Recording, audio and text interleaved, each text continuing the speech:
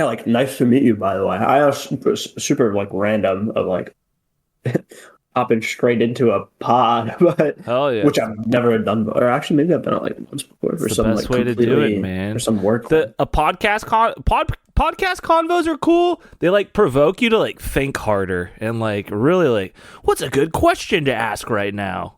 Like Well, dude, but then the other thing is like I have a bunch of questions, you know? Like, I'm curious about this. I joined this I joined gloveworks like the server like I don't know, like last week, I think, or something, or a couple weeks ago, oh something like cool. that. Sometime recently, Yeah. for the first time in like forever, you know? Sure. Because like again, like it wasn't really my thing, and it's Cisco. Like maybe once or twice I joined, but like I never like got into it. And then at some point recently, I was just on the browser, and I was like, "Fuck!" Like I just want to like I just want to op people, you know? Like I just want to op people. I was like, let me see if like one of those op servers, you know, without all the movement and shit, is still up. And what do you know, right? Yours was there, so.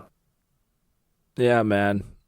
And then The I saw, I okay, don't know if so my phone was listening to me or what, but then today I was on my lunch break and and the pod popped up.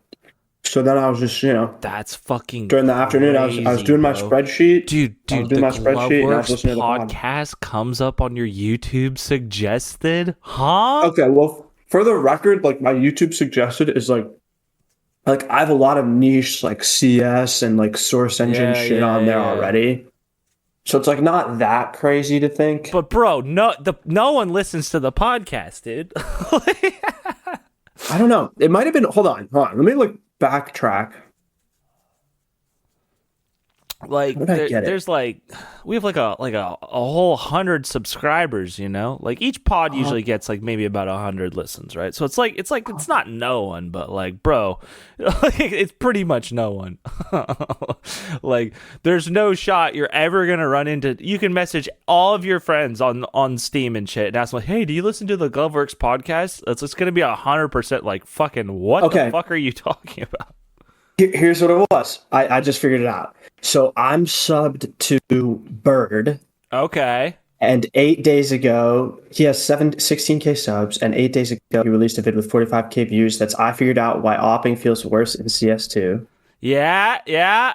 And you have the Gloveworks channel has a comment on there with Right. 471 likes. Yeah, yeah. And I recognized the name and I clicked on it, and then it was the pod. So it wasn't a Oh. direct suggestion, Okay. but it was still like, I mean, that video only has what, less than 50K views? Yeah, yeah. It's not And, that popular of a vid, but yeah, man. but yeah, no, I saw Gloveworks Love, and I was like, that's gotta be the op server, right? And then, yep, there you go. Boom. That's all it Yeah, takes. that video came out, and I was like, it was nice to see. Like, so yeah, I'm Must be obviously succeeding. subscribed to Bird as well. And then Mm-hmm. that video came out, and he's like analyzing like the differences between like the CS2 op versus CS:GO op, and it makes so much sense because we all know it's been a little different. It's not the same. CS:GO op Yep. to CS2, it definitely changed, and you like couldn't put your finger on it, but seeing him do I like testing helps. mm-hmm. I have found his channel to be um much more refreshing and much smarter than the vast majority of CS content out there lately. Like there's still clickbait, but there's been some good videos, like the video on the bomb timer, the video about the AK spray pattern, the video on like Peeker's advantage. Like they're all like pretty good at like explaining these differences between CS:GO and CS2. Controversial opinion. I think the op one is actually a little bit of a reach, but like I get it. Like it is different. Yeah, yeah, yeah. But I feel like he could have just said like it's because they updated the lag compensation, hit enter, and like the video would have been done, right? But then you don't get like monetization and shit. So yeah. Yeah, it's But not. I got to like minute 8 and I was like, damn, like this is kind of like I get it, you know, like the lag compensation Well, used to be shit, so we were all well, pre-aiming for 10 years I and think a didn't lot. realize it, He's right? also Like trying to provide like such like in-depth feedback so the developers can actually like adjust the game and improve it. Because he's done other videos for like recoil and like other stuff like that, like how long the delay takes in CS:GO over CS2 to like hit detection. I forget like exactly what he went into, but yeah, it was like sub-tick and all that stuff. Yeah. And there's also like good channel though. like a view model animation, like of when you're getting like shooting your gun and stuff, and why in CS:GO did it feel better like mid spray than it did in CS:GO to CS2. Yep. Yeah. So it was yeah, I agree. He's a really good channel. Definitely does. Yeah, those channels are like they don't get as much views or attention as they deserve for sure. Yep. Yeah. Yeah, it's cool. So you're the owner of Karma Gaming. I was. Yep. I definitely know of Karma Gaming from CS:GO, and you guys do a lot of the auto hop. Like you had like a few op servers in CS:GO, if I remember correctly, right? Like yes, it wasn't just also, one. is this a pod combo now? Like, have we hit the button? Yeah. Oh, okay. Sorry. Yeah. No, we did the ones. Sorry, of course. Now's the time that I decide to eat a piece of gum. It's all, yes, I'm I'm one of the leaders of Karma Gaming, and we had op b hop is what we call it, op b hop servers. And for some clarity, right? Like obviously every op server has an op and the map, but like some of them had jetpack. We were not that. Some of them had like you can only no scope. We were not that. Some of them had double jump. We were not that, right? We didn't do any of that. Okay. Some other servers did. What we did do was just auto bunny hop and high air acceleration. But that was it. Oh, also, no spread at times, not always. That's like a whole thing. But what? Yeah, you can say no spread, auto bunny hop, high air acceleration. And then like, what do you mean by no spread not all the time? Well, like at first, like in the really early years, there was spread, but and for context, this would have been early-ish CS:GO. I didn't have servers in Source, although I played Source. And in early-ish CS:GO, like literally the first server that we might have done, I think it was, like you know how in Source your jumping accuracy was more accurate if you were standing still, you know? Yep. Like standing still, jumping, you could hit the jump shot easier than you could if you were running jumping. Yeah. Well, I mean, if you're standing still jumping in Source, you can hit the jump shot like almost 100%, right? Yeah. And so we had that. We boosted the accuracy up to like the Source level, but we didn't go past that. And then later on, it was like, yeah, no spread, like everything's a laser beam no matter how fast you are, right? Okay. So you're just saying, like, as time went by, you guys tweaked the settings.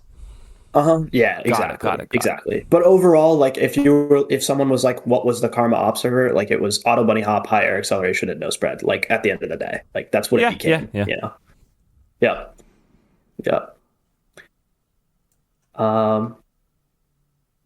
And then was it just op like that style, or did you guys have like other like B hop servers or surf servers or anything? Oh yeah, no, we totally. So yeah, I guess I'll give more context here, and then I'm totally gonna flip the question. By the way, so this is gonna be twice as long as usual because I don't know you that well. So I'm trying to hear about some gloveworks stuff too.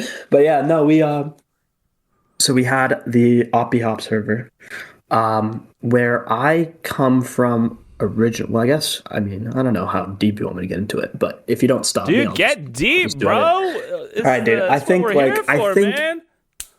when I was a kid, I installed, or I already had like TF2 or whatever. What? Yeah, all right. All right. You're putting like, all right. What year? What year are we talking here? 20. I'm gonna go 2011. Okay, pre I'm CS:GO, gonna go got it. 2011, 2012. Yeah, pre CS:GO. Like Counter Strike. Like already had This is Counter TF2. Strike Source TF2 days. Yes, yes. Already had TF2. I think I installed Source because I saw a YouTube video about TTT, and that was on Gmod, but you needed the Source models. So I got the Source Gmod like bundle on the Steam sale for like $10 or All whatever. right, Like yeah, yeah, probably yeah. walked to the store, bought the gift card in cash, right? For You show, get for the show. idea. Um, and then on Source, I'm pretty sure the first server I ever joined was a Combat Surf server. And so Combat Surf from then until now has always been my favorite game mode, right? Nice. Let's go. All right. And then along with that, I feel like the op buddy hop stuff, it kind of goes hand in hand, right? It's the same mechanics. It's just that it's on an op map instead of on a surf map, right? So there's that. And then later, or not even that much, I also played mini games back then on Source, a lot of mini games, like Dude, 35 mini HP games on knife. Source were like peak. Like Oh CS:GO, yeah, dude. CS:GO never really got like mini games the way Source did. Like it's something about like the like how much freedom of development you have in Source compared to CS:GO. Hmm. Like, dude, Counter Strike Source like mini game servers were peak, dude. Oh my Oh god. yeah, no, 100% agreed. CSSMG peak. I think like later on, CS:GO got like started to get like more of the maps and more of the plugins, but by then like minigames just wasn't as popular. But yeah, Right. CSSMG peak. It had like what towers, multi games. Um, I played the knife maps. There's probably other stuff too, like death run maps, whatever. Um, so then I later hosted all three of those things in CSGO, as well as 1v1, a little bit of surf timer, b-hop timer, although obviously like I was never as focused on surf timer, b-hop timer as like, like you're never going to beat like KSF or source jump. Right. But yeah, what else? Oh, and TTT. I hosted some TTT. And it wasn't just me. It was like, there's some other Karma guys too. Um, some OGs. But yeah, we had a whole bunch of game modes. Probably So peaked like wait, and yeah, you're I talking don't know. about servers you like played in or Karma servers? Karma servers. So you Yeah, were yeah. hosting Karma servers in 2011? No, no, no, no. I totally messed up the timeline there. I kind of like jumped ahead. I went through really quick. So Time yeah, that travel. was like I was right. Multiverse. No, I was kind of like so I started playing Combat Surf and mini games in Source, right?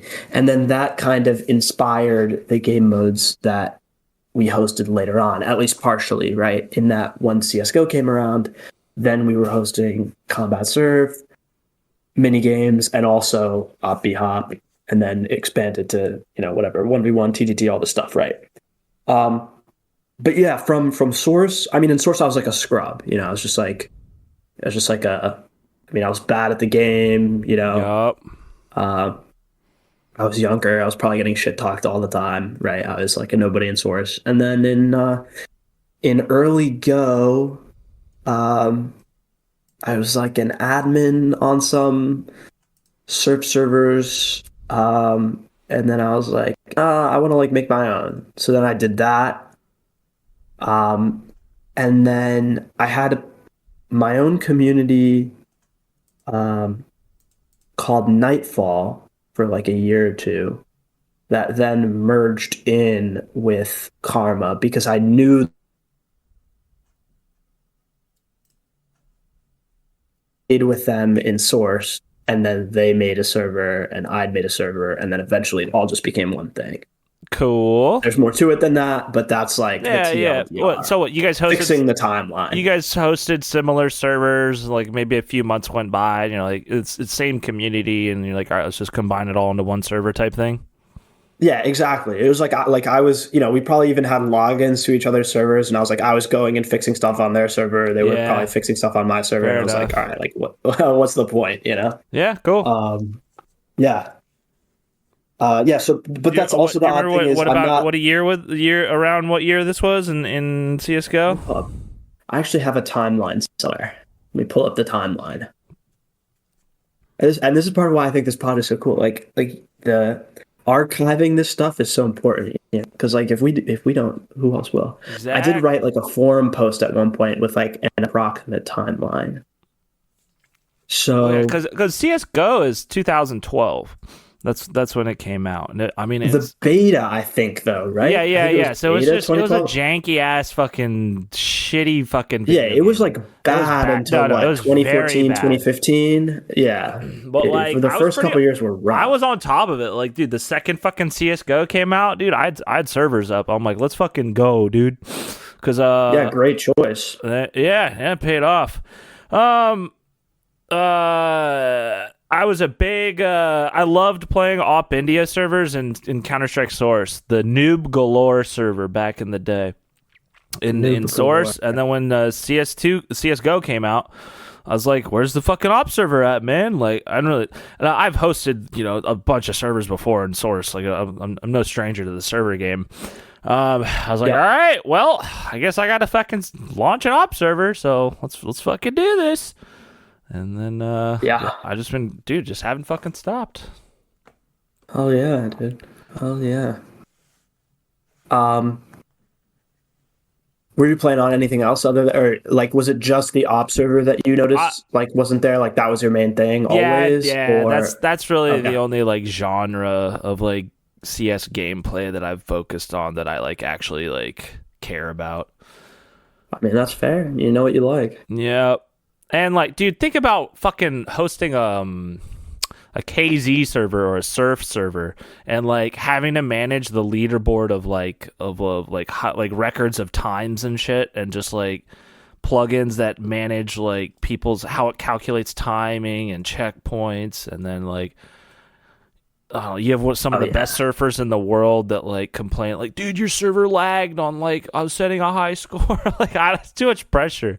It's Opping's pretty it's pretty chill. It's like it's a fun place. You don't have to have like hyper precision like tracking and stuff, like it's No, 100%. I mean, yeah, I'm always in awe of I don't know, like ASF, Source Jump, like Go KZ, like anything was it Go KZ? Brutal? I don't remember if it was for KZ, but anything speed running related.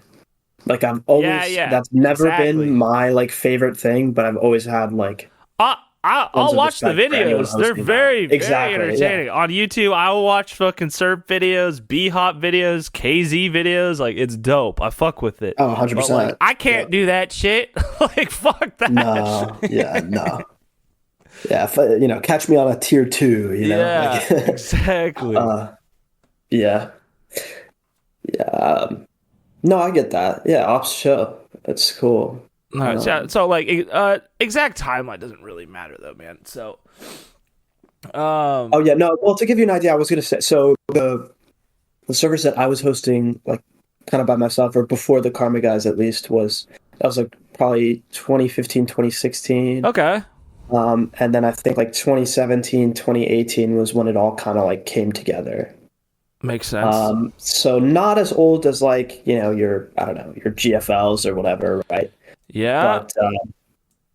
But it was, from people who were already playing like Source and all that, right? So it's like one guy I don't know, maybe some of these communities will ring a bell. There was like not D in CSS or EVG. Mm-hmm. I don't know if any of those, if it does, cool. If not, whatever. But like some old communities is like some of those people kind of getting back together, right? So Yeah. around that time. And GFL just shut down like a few months ago, like maybe something like, Mm-hmm. and like, bro, like Yeah. GFL was a monster in CS:GO, dude. I was like, what the, like, I like could not believe it. I was like, what the fuck is going on? Like, Yep, I've been watching some of those big ones. I mean, GFL. I mean, obviously they still have their zombie, which is the biggest thing anyway. but It looks like it's been like, handed it's just off, like right? it's like a sub part of G. Like, it's the main org like is dead. Like they like Yeah. they had their little zombie little project that was ran by some guy that's still running it and still active, so like good for them. And then I think they're trying to preserve like a surf part of it, but I mean everyone knows surf is dog shit, so Surf is cooked anyway. Yeah, so basically it's just GFLZE, right? Yeah. And then I was looking at I think who else is big? Ego. I think Sneak never migrated. Yeah, to Sneak. The Sneak servers. Yeah. Fucking Ego. The owner resigned, right? Ego has, what do they have? They have one CS2 server. I think it's TT. No, their TTT's dead. I think they are doing TTT. Is it active though? I don't know. All I know they have like one CS2 server. But other than that, they're pretty much dead. I just remember, I remember seeing. I think their owner retired or something, and I was like, "Oh shit, okay." So that was Spectra servers from CS:GO. They never don't remember that one. They didn't come over. There's so many people that didn't come over. Like I don't Steam Gamers, I think, is doing like a little bit of Jailbreak or something. FN is still doing like the Surf Utopia or whatever. Yeah. FN. Oh, it's Ego's Jailbreak server. That's the one. Jailbreak. Okay. Yeah. Okay. Ego Gamers. Yeah. But it's sad. Yep. It's sad to see that, like, because back in the day, like, all these people were, like, competitors. Like, fuck you guys. We're fucking better than you. And then nowadays, we're just, like, happy to be alive. Oh, yeah. It's like the tumbleweed in the desert, you know? Like, whatever's left. Good times. Yeah. And I mean, I'm totally one of them, right? Like I really only have the 1v1 that has people on it. Yeah. So so Karma Gaming has the 1v1 server left. How active is that? I mean, it gets full every night. So that one's good. Like, let's see how many people are on it right now. Fuck yeah. Like 18 out of 22 right now. Okay, I see. You got 21 out of 22. That's what I'm looking at. Oh yeah, maybe. What is this? What is this one? I'm just on karma-gaming.net/source bands. Oh, that yeah. Yeah, but it has live serving. You got a what is this? 12 out of 21 surf server, combat surf. Is that like Source or CS:GO? So I think that's still on Go, and that's probably the 12 that it's detecting is probably bots. Yeah, we added a thing where like there's bots surfing around if there's nobody in there. So like what that probably means is one guy is in there and that he's playing against the bots. Yeah, once things got slow, we just added those because it gives them something to shoot at, you know. Yeah. So what we really have now is like the just the 1v1 and then like Apex stuff. You guys you can't host Apex servers, can you? Yeah, you can. What? Yep, there's community servers in Apex? Yep. Yes, there are. We have 1v1 servers on Apex. Like that's our thing over there. Wow. And we have something that's kind of like, it's not really like retakes, but it's kind of like retakes. If you've ever heard of, I don't know if you ever played any BRs. You ever play like Fortnite or Apex or anything? Yeah. I've played PUBGs and the Fortnites and stuff. You know Zone Wars? No, not too much. No. It's basically like it's almost like retakes. It's like you practice like the end of the game over and over. So we have like 1v1s and then we have that. We have like FFA deathmatch or, you know, basically like warm-up servers, right? But for Apex as opposed to for CS, right? Cool, dude. So I might actually check that out. I never really got into Apex, but the idea of like community servers is dope. And I know it's on the Source engine, so. Yeah. So for the 1v1 server in CS2, is that like custom development you guys have had to do for the 1v1 stuff, or are you using like someone else's? To be 100% honest, like I don't bother these days. Like back in the day, we used to have tons of custom development. Like that was like kind of our mojo, was to do all these like extra plugins and stuff. Now I just like one, you know, short on time, and then two, like I feel like every CS2 plugin with like a somewhat of like an elevated level of complexity, has like way more dependencies than like Source or Go plugins did. Do you know what I mean? Oh Like yeah. if you want to do like one like store item, you got to get like the multi add-on manager, you got to get like the synchronized downloads and all this stuff. And then every time an update happens, right, it's like not only did the plugin break like the CS:GO days, but now all your dependencies are broken, and it's just like so eventually I was just like, screw it. I'm just going to use like some basic, Counter-Strike Sharp plugins from other people. And I'm just going to leave it at that. So it's a pretty simple server compared to our CSGO one, but it works. Yes, that's the philosophy I've always followed running the servers. Yeah, I've always just been a believer in like the simpler the better, man. And like having run servers for as long as I have, yeah, the less plugins, the less custom features, dude, just the easier your life is. So yeah, I think that's kind of what's kept kind of gloveworks like kind of appealing to everyone. That it's like it's literally just the exact same gameplay. There's no it's vanilla movement. There's no auto hop. There's no air excel. There's nothing. It's just you, the op, and a few other players on the server with a fun little point system, and have a good time. 100%. I don't know. I mean, I think that makes a lot of sense. Yeah, and then from the development standpoint, that helps us. Like, so even if something breaks on the server, I'll just like remove it and be like, oh, okay, this little stupid feature isn't available till the plugin developer fixes it. So it'll be back next week, right? Yeah. And then worst case scenario, dude, like sometime like a big update comes out, all the plugins are broken, like Counter-Strike Sharp's broken, MetaMod's broken. The server's the same with zero plugins. It's the exact. There's just no point system. Like it doesn't matter. Like I can host a server with just complete vanilla. Mm-hmm. Yeah, no, that's cool. That's cool. And that's something that we've never, like, I kind of wish I'd learned a lesson about simplicity before, earlier. But then also, like, because we had this movement stuff, like, we kind of had to have at least a couple of things, right? Like, whatever movement. Well, yeah. I mean, your community's like, it revolves around, like, auto hop, fucking air excel, like, double jump, like, so yeah. I mean, it's kind of essential to what Karma Gaming was. Yeah, it's just a shame because all of that stuff is much harder in CS2, right? So the simplicity aspect is cool because I mean I'd assume like you guys were probably able to just kind of keep rolling, right? Yeah. Whereas we sort of got shafted, but it is what it is. I'm not like super mega.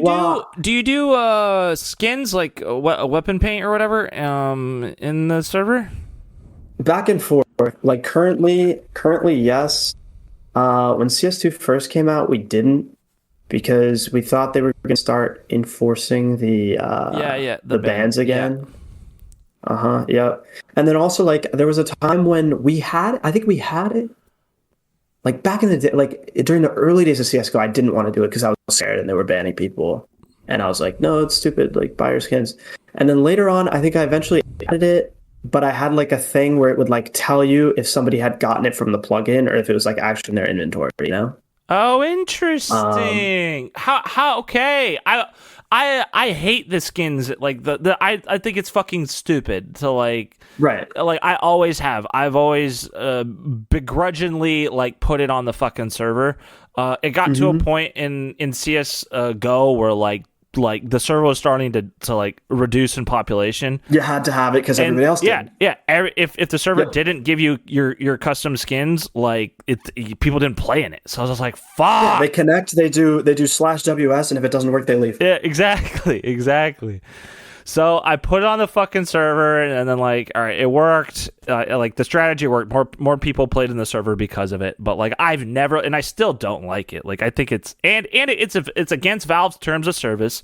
They've made it very clear. Yep. That your game server login token. So for everyone listening, your every server you see on a little technical. that's on the server browser is associated to a Steam account with a game server login token, and if that server is previously in CS:GO, if that server was caught using a plugin to give people free any skin you wanted in the game, that Steam account's game server login token was banned from the Steam server browser. We had ways to get around it in CS:GO through like some pretty scummy ways, but yeah, and it's still the case. Like every server still is associated with the game server login token, but for I think in like I forget what year, when was it, 2018? I think they stopped banning. Yeah, I think it was about halfway or 2/3 of the way through CSGO's lifespan. I think they, it was probably obvious to them that everybody was, generating Steam accounts and tokens, and they just stopped banning outright, and they've never started, they've never gone back to enforcing it. Yeah. It's my belief that that is the reason why Counter-Strike's server browser is dog shit. Okay. Like right now, right? Like tell me more. Well, why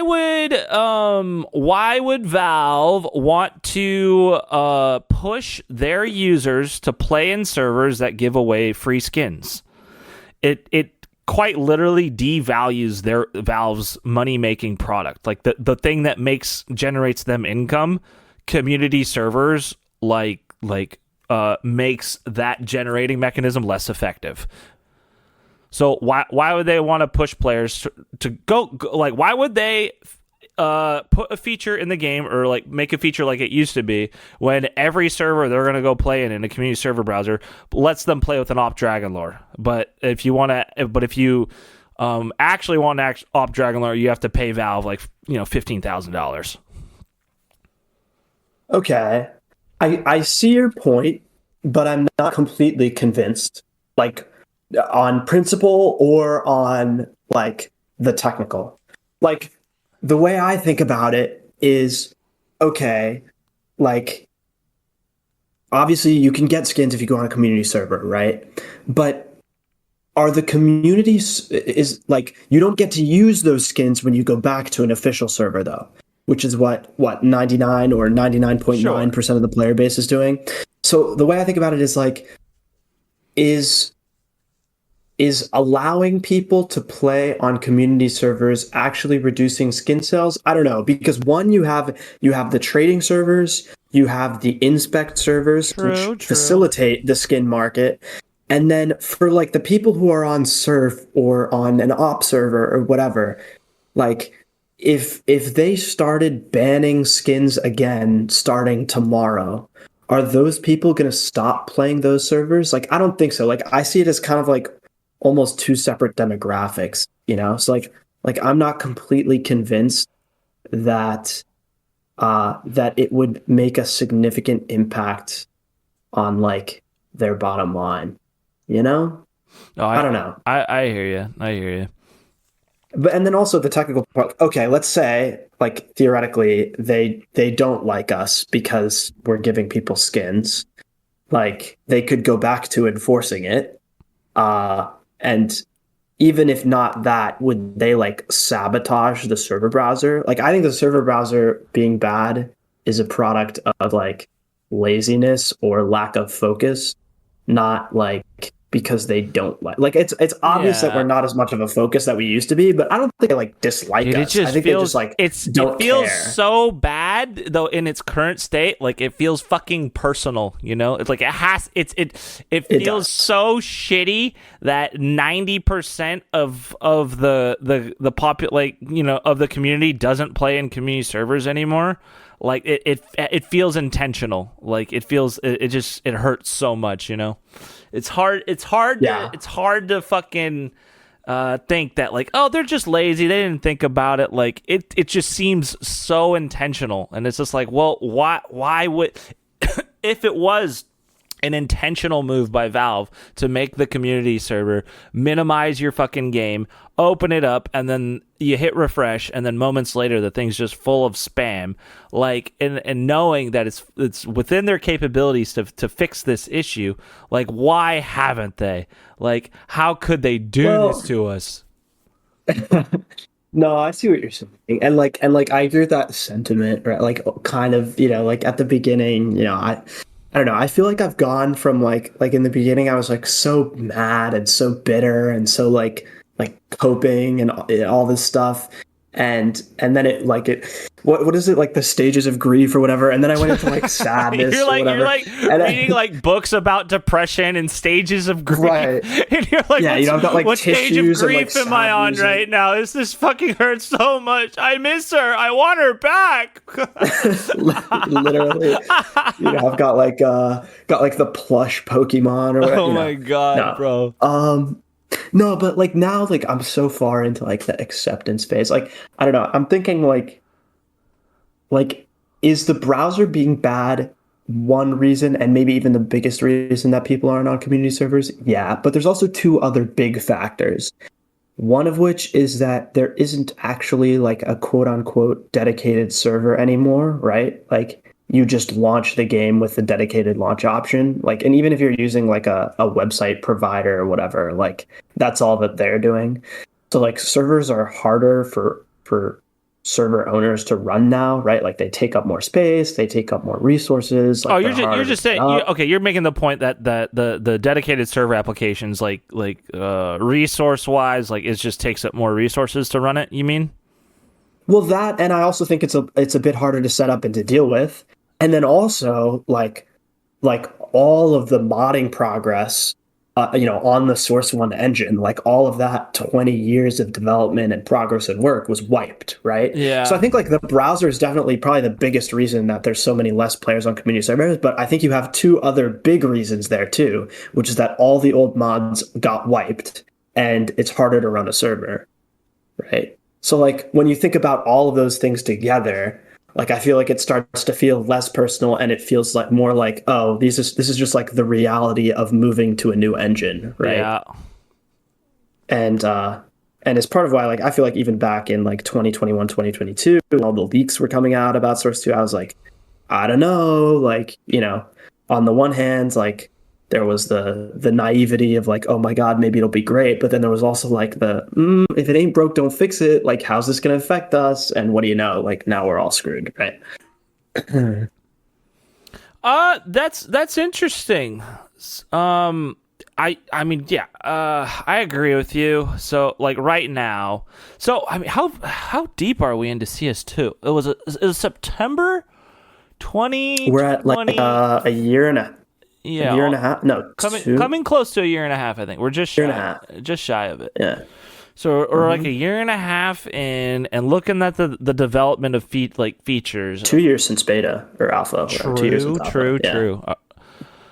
Um, we're still we're still lacking features, right? Like, everything has had to be like rebuilt and stuff from the ground up, and then source mod is still not. Do you think source mod's even gonna fucking come back at this point? Like, Jesus Christ. I don't know. The excuse up until now, did you see that huge 64-bit update for TF2, CSS, like all this, That and was like like TF2 source code getting like released and all this? recently, right? Like a month or so ago. Yeah. Yep. So what I was hearing back like in the CS2 early days was they were saying like the Allied Mods guys, and all of this is like I could be wrong, right? What I was hearing was the Allied Mods guys were saying like, hey, we think like this 64-bit update is coming soon. We want to focus on making sure that we can still support our existing games, and then we can worry about CS2, right? That's And now wild. that that update has come and gone, right? I mean, it took like over a year or whatever, but that has finally happened. And source mod like has remained intact for CSS and for TF2 and whatever. Like I'm sure some plugins have to get fixed still, but they're there. And as far as I can tell, I mean, I could probably look. Yeah, I'm not. Wow. Oh my God, hold on. I didn't see this. The Source 2 mod channel has been moved to the bottom of their Discord in a section called Archived. Boo! Hold on, So I'm gonna scroll to their Discord here. Where are these guys? I mean, I think that's as close as we're gonna get to a confirmation that it ain't coming. Yeah. I mean, Wow. that's lame. Wow, wow, wow. Yeah, for everyone listening, like, yeah, source mod was like the base like software we would use for like modifications, so like administration stuff, changing maps, map votes, any leaderboard features, point systems, you name it. It's all a bunch of source mod, customized little features, softwares, plugins, and whatnot. And then we've been waiting for them because source mod has stuff, I guess, in the source engine, but then and then they had AMX mod in Oh my god, in Half-Life, 1.6. yeah, in 1.6 and shit. And So, Half-Life, yeah. yeah, but it's still like I believe the language of like source pawn was still like about this, nearly the same. Anyways, we have a new platform called Counter-Strike Sharp that we use in CS2. It was originally a CS:GO like development, like little testing thing that I think Raffle Muffin was just like had developed some kind of thing for CS:GO, and then he saw CS2 come out. He's like, I think this will work over here, and then it's kind of just been piggybacking off some dude's efforts, and fuck, it pisses me off. God bless Counter-Strike Sharp, like very grateful. But can you please make a fucking like a forum or a website we can search plugins on? The entire project is run out of a fucking Discord. Like, imagine. Yeah, it's pretty rough. So like the wiki bad. is rough. It's like so fucking. And he had a forum at one point, and he shut it down. Like, I don't blame him. He never asked for all this attention, like and shit, on his like project. And I bet he probably doesn't even want to run it anymore. But like for fuck's sake, maybe I'll just make a fucking. All we need is a forum, bro. Maybe I'll just make one. Maybe I'll just buy like Counter-Strike Sharp.net or some shit, and just make a fucking forum. Cause like, dude, we're probably sounding super old right now, but but forums have like their use, and like search is like Discord search, like you can do a couple of arguments, right? Like you can do like in channel has image or whatever, but it's terrible. I think they even use it's just not quite the same. It's very bad. He had a fucking a little website going for a while, then he just shut it down, and I don't get it. Now, trying to like look for new plugins or like keep up with the ones you have, you like find their little Discord channel, and it's terrible. No, I agree. It's really a hassle to stay on top of the CS2 plugins, and I don't know. I mean, overall, like Counter-Strike Sharp, like I gotta give credit where it's due. Like at least we still have a modding platform, right? Yeah, true that. And it's probably an easier language for most people to pick up than SourcePawn, which is this niche scripting language. But it's just that think about it. On Source Mod we had 20 years of content, and on Counter-Strike Sharp we have 1 year of content, right? And it's just like that's such a hard hurdle to get over. But I don't know, maybe, I mean, I keep saying this, but like, I feel like I keep delaying the forecast as well, but maybe in 1, 2, 3, 4 years, like we might start to see it kind of become like a true source mod replacement. I mean, it's getting there, bro. I mean, I don't like, I pretty much have all the features back on my server. Like, honestly, like, but there are some things like, I don't know. I mean, the menu, I mean, it sucks not to have the fucking menu. Yeah, the radio menu was so good. Yeah. And I learned that was actually, like, it was never intended for us to be able to mod that. That was, like, some kind of hacky, like, thing they figured out how to mod and, like, work with in Well, so's everything that they use, right? Yeah. And they're figuring out ways. They're getting there. Like, so there's even a plugin that recently that was released. Here, let me link it to you. That has that. They can put a menu on your screen. I saw that. Wasn't it like the KZ one or something? I did see something though that was using it. And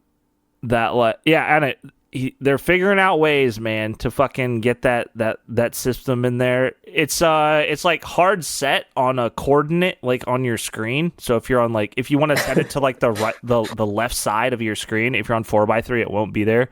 So they have to put it in like the middle, so people like 4x3 can like use it and whatnot. But yeah, I don't know. They're figuring out ways. I just saw someone. It's called like Native Vote or something like that. So they use the native CS2 like vote, like F1, F2, but you can put your own custom vote in there. Yeah, they'll figure things out, I'm sure. But it's definitely like hurts to see all the development that was done in like 20 years in old source mod that like, yeah, it's all just fucking gone and it has to be rewritten, re-implemented, and it's all the features aren't as polished as they used to be. Like voting for a map now, like before you remember when a map vote come along, you could just press 1, 2, 3, 4, 5, 6 and vote for your map. Now you have to go to the chat, type an !1, !2. Yeah, no, oh my god! So we went back in time for like, usability standpoint. It's just like, for fuck's sake. But maybe it's better. Maybe it's better, and it gets rid of the false votes where everyone would just spam 1 to get the fucking thing off your screen. And maybe you're getting better votes now because people are intentionally but then you got voting. revote. Yeah, I don't know. Yeah, it's just tough. I think it's still like, it's cool. It's cool. It's, it's coming along, but it's still got a ways to go. I hear you. That's for sure. The biggest thing By the way, I just pulled up your website, and this is sick. Like, this is like exactly what a CS website should be. Like, Thanks, this is bro. awesome. Fuck yeah. Dude, this fucking project to me is just like a vibe, bro. I'm just like, oh hell yeah, vibing over here. I intend on running this. I intend on running gloveworks till I fucking die. I'm not even kidding you. Like, yeah. No, I've said similar things before. I'm like, until I die or run out of money, like, that. Dude, this shit costs like no money to run. That's the beautiful part of it. The one thing I do like that is pretty bitchin' about CS2 is that the servers actually cost less money to run. They use less resources, more hard drive space, but less CPU usage. Oh, less CPU because of the 64 tick and not 128 tick. Yeah, that's true, actually. So, except the weird thing I've noticed, do you get laggy above a certain player count? I don't, not really. Like, my server's What's like the cap? It's max at 24, so I don't know if you like. Okay. So like, yeah. Yeah, I don't know. I've noticed, like, I was praying, like, I used to have servers that were like 32 cap or whatever, and like it used to always get laggy when it was beyond a certain point. Yeah. Like, Source was always really bad at multi-threading, and I was really hoping Source 2 would be like give me like 60 players on the server, like, no lag, and like. Yeah, I've never done that. I've never pushed it that far. Mainly revolving around the format of an op map. Like, no, yeah, obviously. Like, even so, over the years in CS:GO, like the most slots I ever had in the servers was 32. But like, and then 32 would start to lag. But I have these on little fucking like 2-3 core VPSs. Like these are not fucking little containers. Yeah. But anyway, even regardless, like, dude, 32 players on an op map, it's too many. It's 16 v 16. Like, it's too chaotic. So the magic number I've found is 24. It's like, so when the server's completely full, it's like, it's the right amount. It's not too much chaos, but it's still sustainable, and it's a good time. So that's the slot. No, I completely agree with you. I think we even settled on, I'm pretty sure that's what we had for the B-Hop as well. Nice. It was 24. Yeah. So that's one thing that wasn't different. Sweet. Yeah, it was never like some of the maps too. What do you mean the maps? Sorry. Some of the maps. I mean, for some of them, we had our own maps that were like obviously made for movement. But every once in a while, we'd borrow like a regular op map. Yeah, so yeah, it is interesting because your genre is very. It's an interesting genre because you have so much like you can fly around so fast when you're going like auto hop, air excel. Did you do low grav? No. Yeah, we it was literally just auto hop, air excel. We didn't do low grav. We didn't do double jump. We didn't do jetpack. That wasn't us. That was like, I don't know. I remember who was maybe SNG. the PRG or SNG. Yeah, one of the PRG and G's. SNG. Yeah, yeah, yeah. Yeah, yeah, something like that. Um, yeah, we just did. It was mainly just like the auto B hop with the unlocked like speed, um, but it was regular gravity. But I mean, to be honest, it might as well have been low gravity with like how fast you could get on some of the maps and how high you could Yeah, get. yeah, because you could just shoot off, right? Yeah. Hmm. Yeah. Well, yeah, we had a couple ones that had boosters on them, and that was like controversial for a while, right? Like when we first did that, it was like even the people who liked the B-hop were like, "Oh, that's too far," and so What's that we map had that's our own little made balancing with things for to the do with. boosters? It's super popular. Surf on the outside, boosters towards the inside type of thing. There's a bunch of them, but Cannons is probably the one you're Cannons, thinking of. yeah, yeah, yeah. Yeah, Cannons has a funny story, which Let's hear it. Let's hear I it. don't know if I want to. What Okay, op what cannons. what's controversial about op cannons? I mean, it's a classic Counter-Strike story, so you know what? I'm not even gonna feel bad about it because Yeah, there's so man. many cases of this. Hold on, let me find. So I told you that I was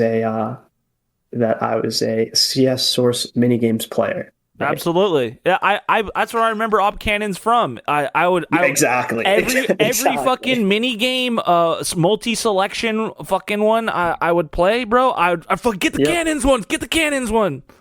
yep, yeah. So on MG Arcs multi games by Arcanonesi, there was a map called Cannon Surf, and it was cannons, except you had M3s. You had M3 shotguns.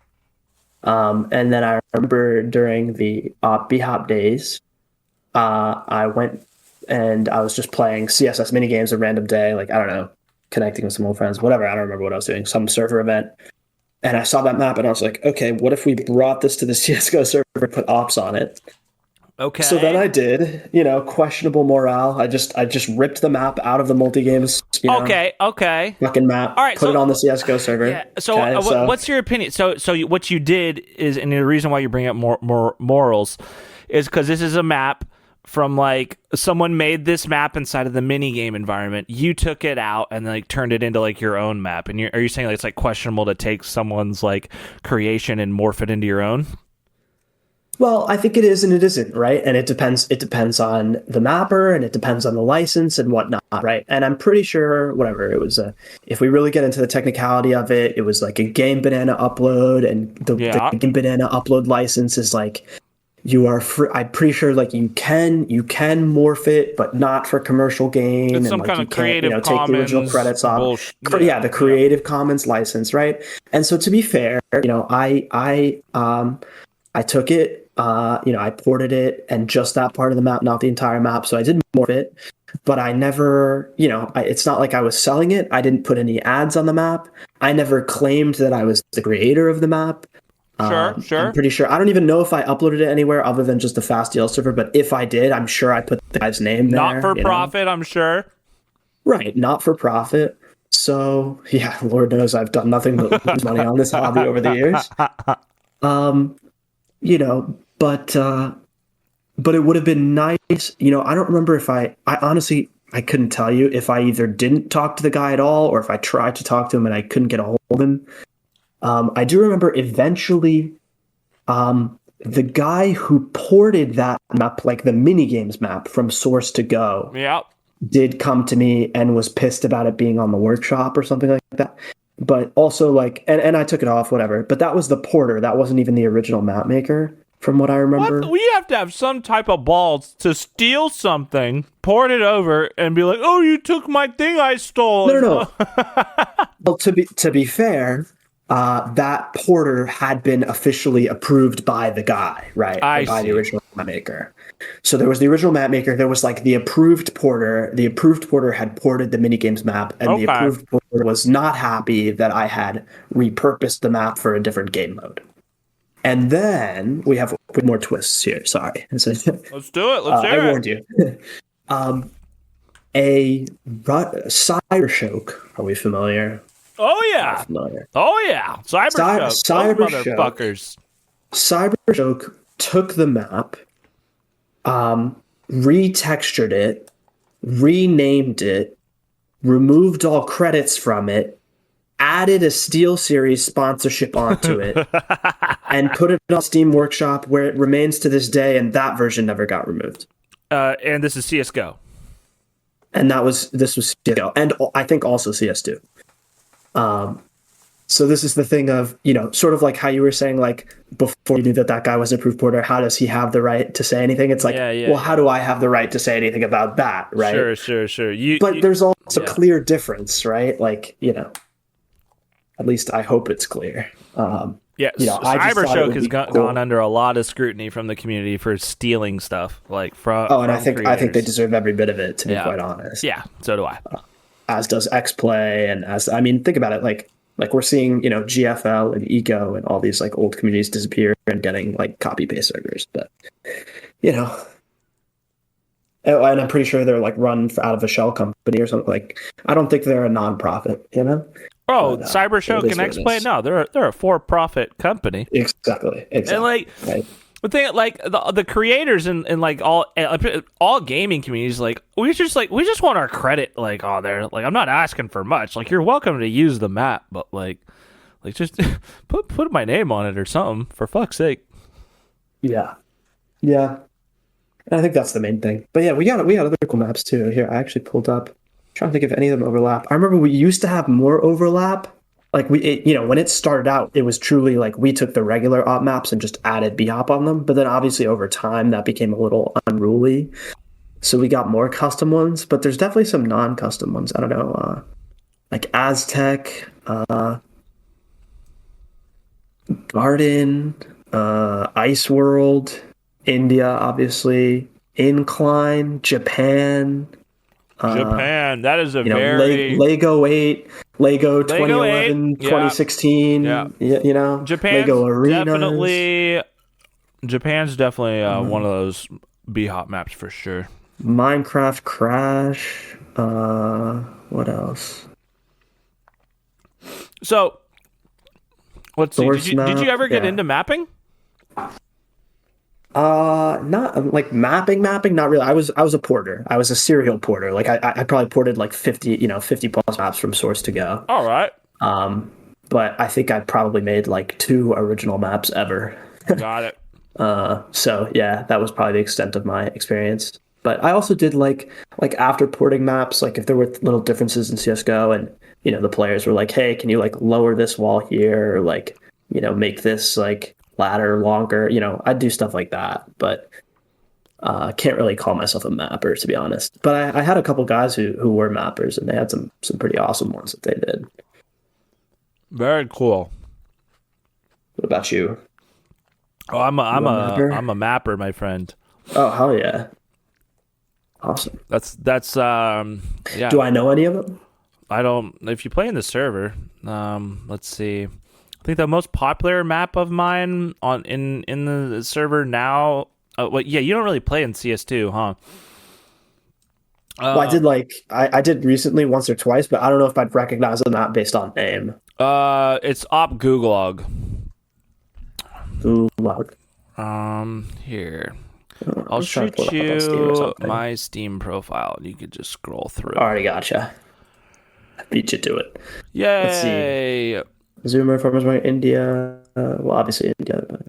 Yeah. So Coast. The thing about Gulag, okay. The thing about CS2 is that, like, dude, the ports, like, you can't really port a map and have it like function properly. You in order for it to make like a true, like fully functional CS:GO map to CS2, you literally have to remake it. What I say by fully functional is that when you port a map over, it's all chopped up into like a bunch of triangles. All like every like face or every like piece of flooring or wall you see is cut up. The brushes are all messed up, right? Yeah, it's all chopped and sliced into triangles because that's how like your graphics cards reads all the geometry. And for whatever reason, all these like seams and stuff are left, and your player gets snagged like randomly on where these like the vertices like line up. So there's like a random edge that'll be there, like, and all you have to do is just like redraw over it and to like do like a you can make a 1-to-1 recreation, but you have to like quite literally like redraw the entire map. So you can import the old VMF file into the new source hammer from CSGO to CS2, but then you have to redraw every single face and then retexture everything. So it's like in order to do like a proper a properly functional recreation. If you don't, like, there's just random vertices, like little edges will pop out, the players will get snagged on. It's good, but it's not like perfect. Like, yeah, I remember seeing that in like the I think the CS2 surf or CS2 zombie Discord, where it was like the proper way to port a map guide or thing. Yeah.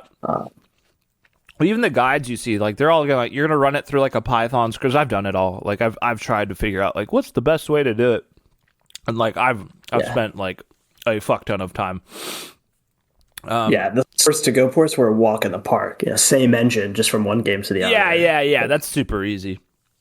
For CS2, like you're gonna be putting in like, I don't know, depends how detailed you want to get, 10 to 20 hours of work to like make like depending on how detailed the map is, to like make sure it's all like properly done and you're not missing any details. Bring it over, all that kind of stuff. But at least we can do it. That kind of passion these days. But at least you could do it. Yeah, it's true. At least there's a fucking, like, at least we're not just completely fucked and like, oh, you want to recreate the map, you just gotta like eyeball it. But like, dude, well, and to be fair, they did give us, I mean, even if it's like even if it only does half of the work for you, Valve did provide at least a start of like a porting script, right? Exactly. That little program they did. So that's one thing that we can give them credit for, is that they did that, and also that they just fully released Source 2 Hammer, right? That too, and they've been updating it, Bro. I can't complain about the map making and skin making, right? They've always been good on that, because like those maps go into the main game, right? They got cash getting made and all this stuff, Yeah, and now I've made a bunch of maps in CS2 now, and like I'm really fluent with the new editor now. I'm like, bro, I don't want to go back. Yeah, the new editor's pretty sick. Yep. I don't blame you. Yeah, I don't think Hammer was the most loved program. It's pretty fucking good, man. No, I mean the OG Hammer, Yeah, like people would. No, but still, even that. Yeah. Well, it's like BSP style of like creating maps. Like, go to some other engines, bro. Try making maps.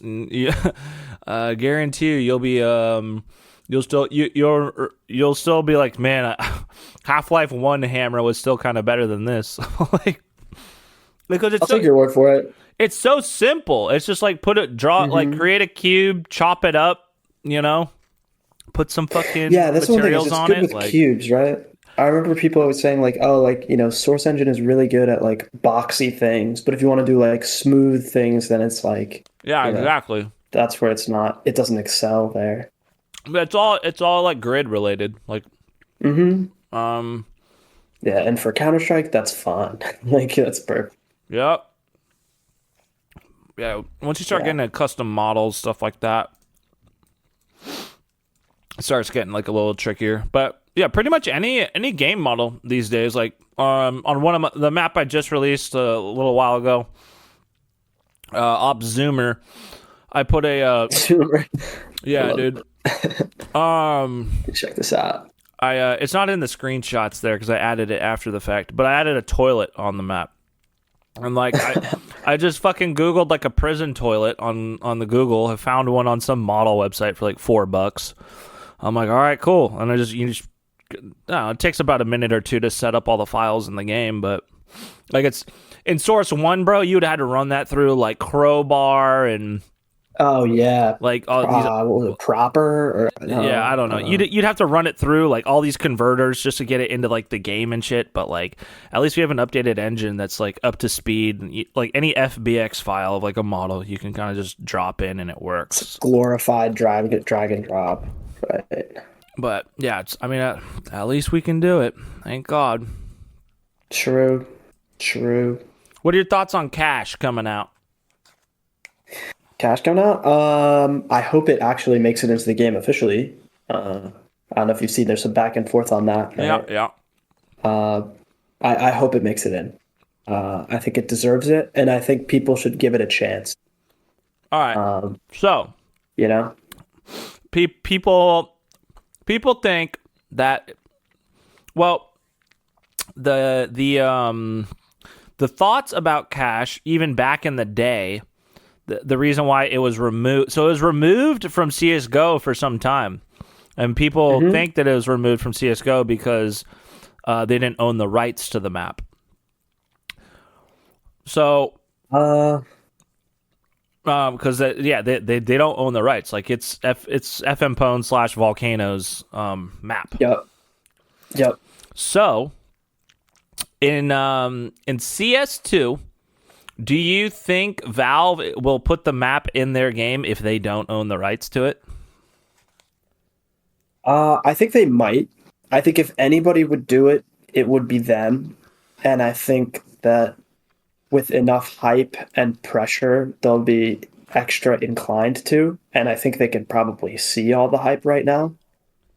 But also feel like pointing out, I don't know all the details. I'm sure somebody out there does. But in addition to being, in addition to them not owning the rights, right? Like when Cash got removed from CSGO, if I remember correctly, that's after it got the CSGO rework, which made it very green. And around the same time that it was made very green happened to be when Valve released agent skins. So then that map had a bunch of issues with character read. So like I could see a scenario where maybe it wasn't the rights, or maybe it wasn't just the rights that led to its removal. Maybe it was also like the issues that the map had at the time, which are no longer relevant. But we don't know, right? Right. So I don't know now. I mean, I feel like it's like clean slate, right? So it's just a question of like, are both parties interested? And if both parties are interested, can they come to an agreement, right? Yeah. As in FM Pwn Volcano on one side, Valve on the other, right? So if you're FM Pwn Volcano and you're sitting down at the table with Valve, and they're like, "All right, guys, what's it going to take for us to own the rights to this map? What do you think Cash is worth? What do you think should be negotiated? What's acceptable?"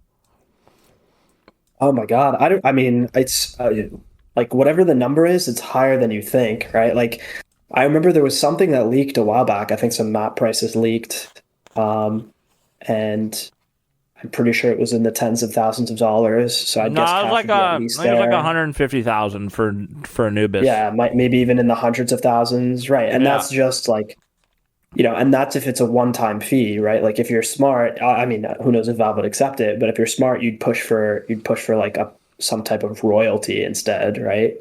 Yeah, it's like based on the amount of playtime it gets or something like that. So if you were in FM Pwn's and Volcano's shoes, what do you think would be what deal would you find acceptable? Say you worked you worked on this map for a year to do all the artwork on it and bring it to CS2, and then maybe another couple months here of community testing. It's ready to go in the game. What number? What do you want for it, buddy? Right before I hit you with a number, I'm going to ruin your question, which is I think I might have heard that I'm pretty sure it's FM Pwn who's been doing all the work to update it. And what I heard was that Volcano is the one who doesn't want to sell.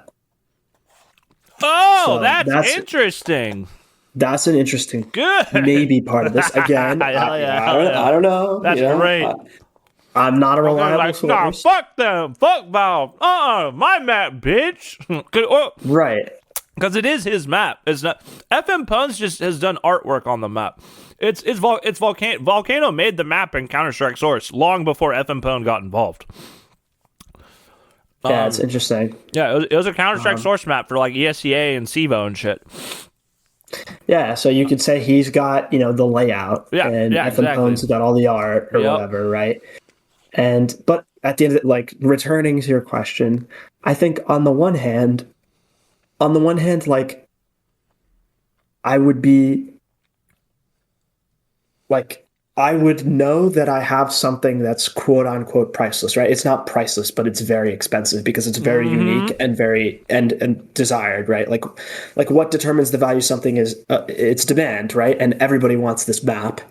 It's a legendary map. It's ready to go. Like demand is there. It's worth a lot. So I wouldn't accept a low ball, but I also wouldn't not take a deal. Like I would take a deal with the knowledge that this is probably your last chance to get a deal, you know? Yep. Like world is changing, AAA games are changing, right? Like they seem to be a little bit less engaged with all this community stuff. Like shit, I'd take the money and run while I can. So I'd say like if you can get a deal that's like whatever every other map has gotten, I would say tack on at least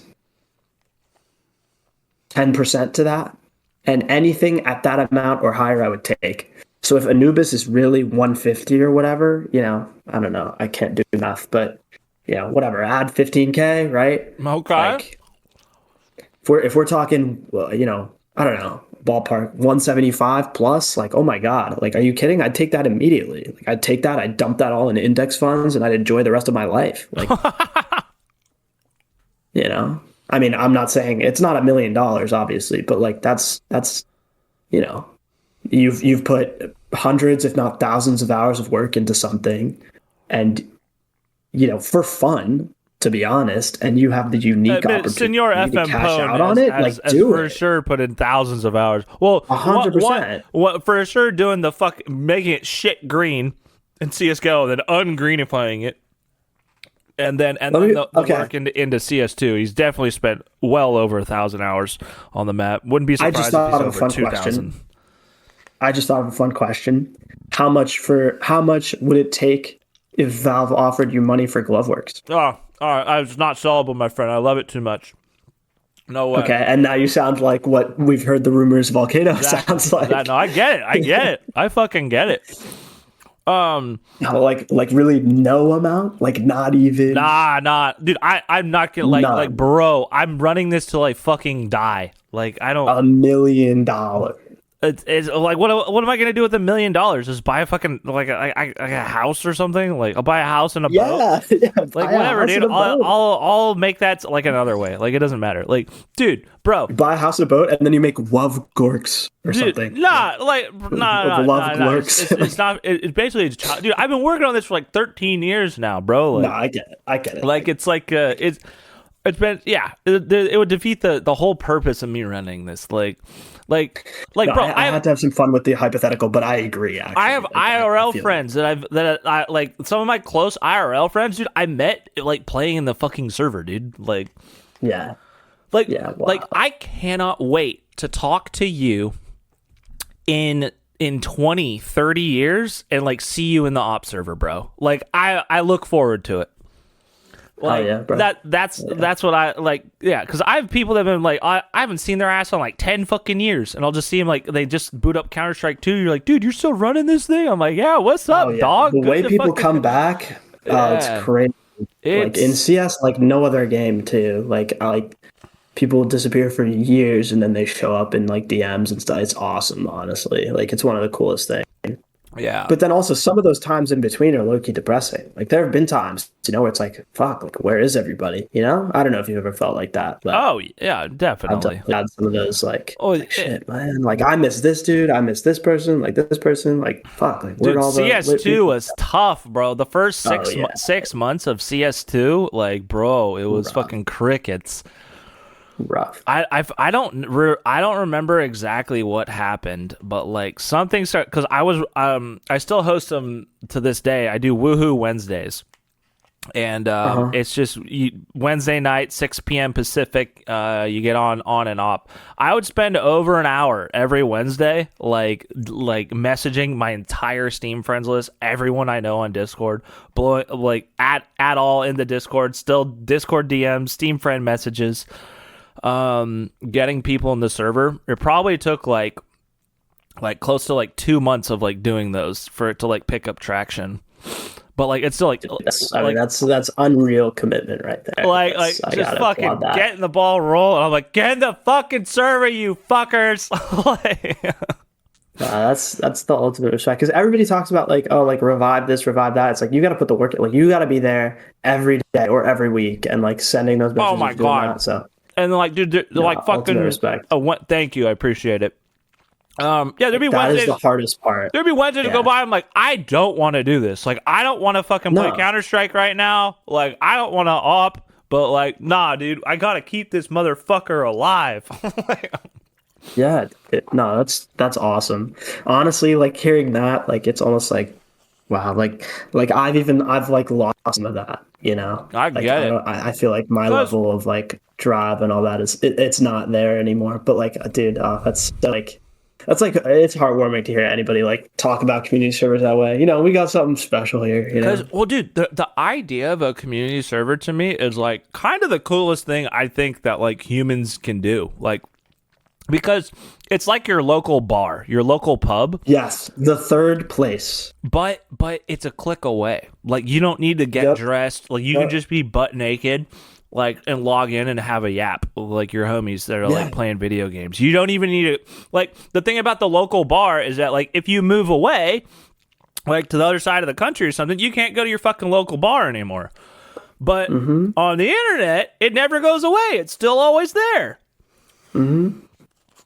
Yeah. No, it's true. It's true. I've always, it's, you know.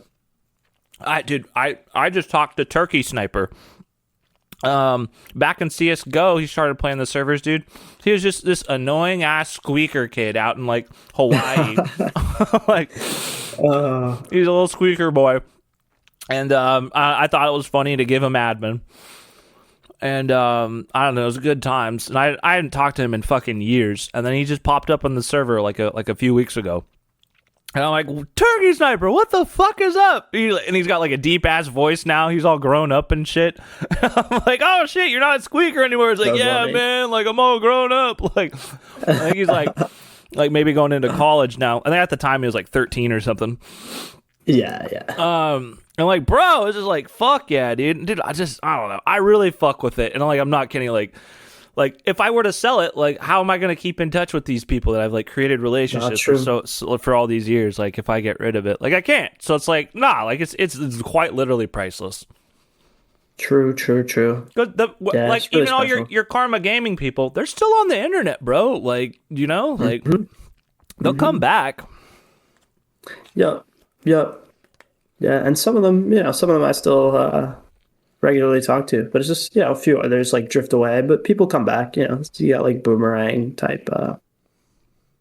It's already happened before. You know, somebody like disappears for 6 months and then they're back, and they're gone again, they're back, whatever. It's like nobody ever truly quits this thing. You know, nobody. Maybe a couple, but I've seen so many times people like, oh, like I'm too burned out, I'm quitting, and then like, a month or two later, they get a little bored. They get the itch, you know? Yep. Like, fuck, I could really use my local bar right now.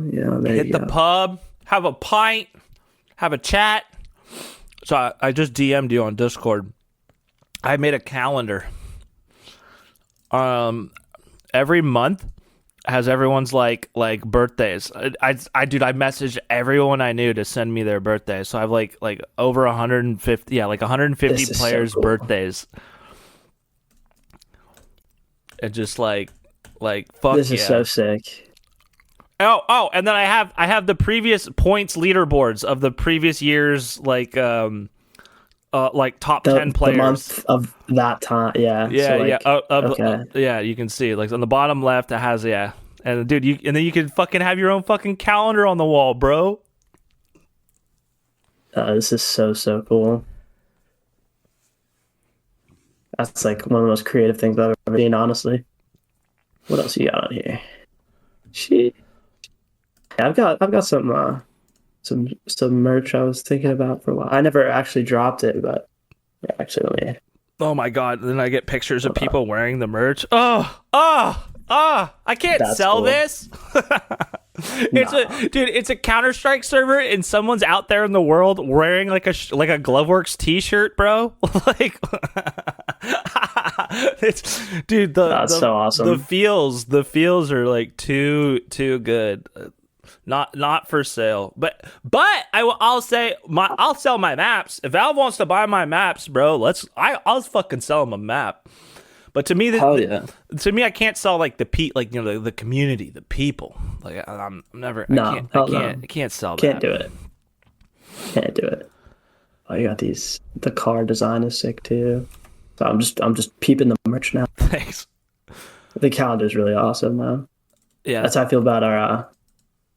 I mean, again, I haven't actually started selling this stuff yet, but I like the mouse pads, honestly.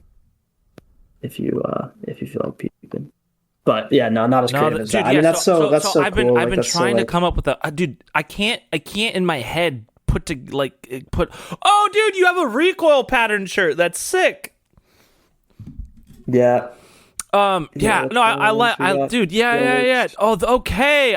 This is actually giving me good. Okay. I love your mouse pads are sick. Nice, dude. Yeah, you might be able to do something similar, you know. Yeah. Because I've been trying to because a mouse pad has to have such a simple design, like a busy design on a mouse pad. I feel like just doesn't work. What the fuck? Why didn't you ever release this? I just never got around to it. I will eventually, probably, but I just haven't gotten around to it yet. And I think I was still I don't even know if it was I was unhappy or someone else I was working on the designs with wasn't completely happy with them yet.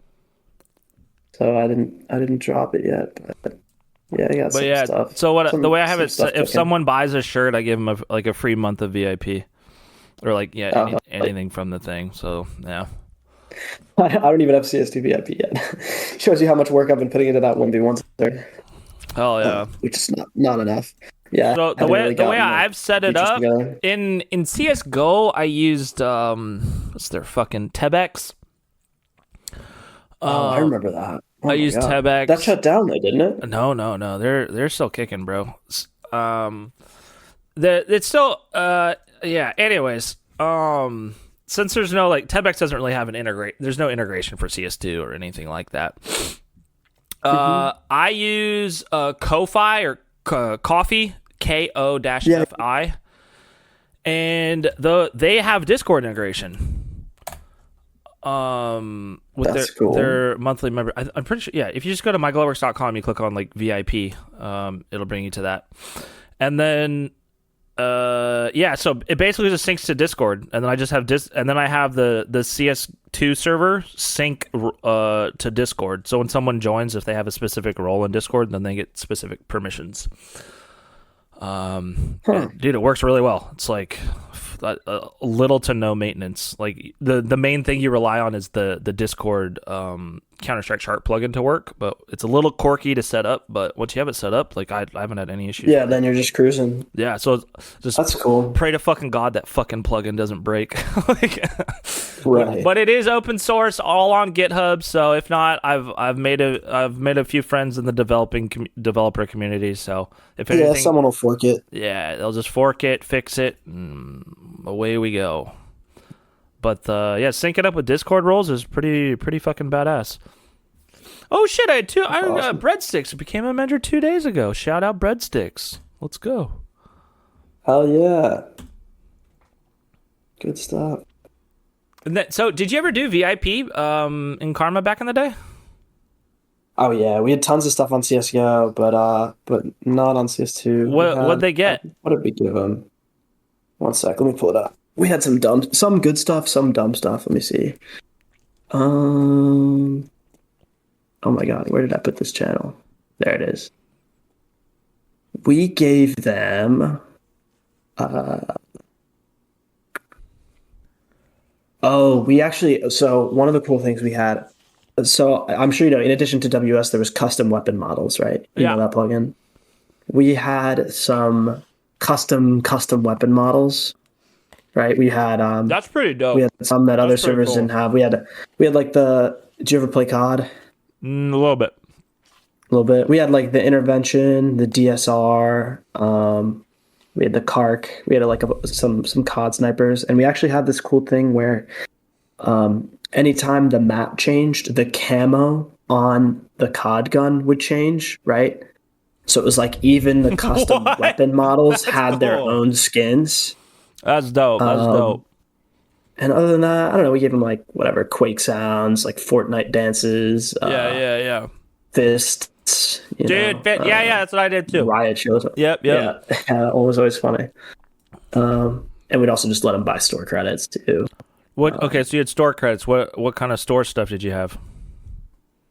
We had the whole bit, I think. Or actually, we might have disabled some of the stuff from, like it not being competitive or whatever. So I don't know if everything was on every server, but like, let's say, for example, everything was turned on. It was like trails, name, like name colors, name tags. Yeah, got it.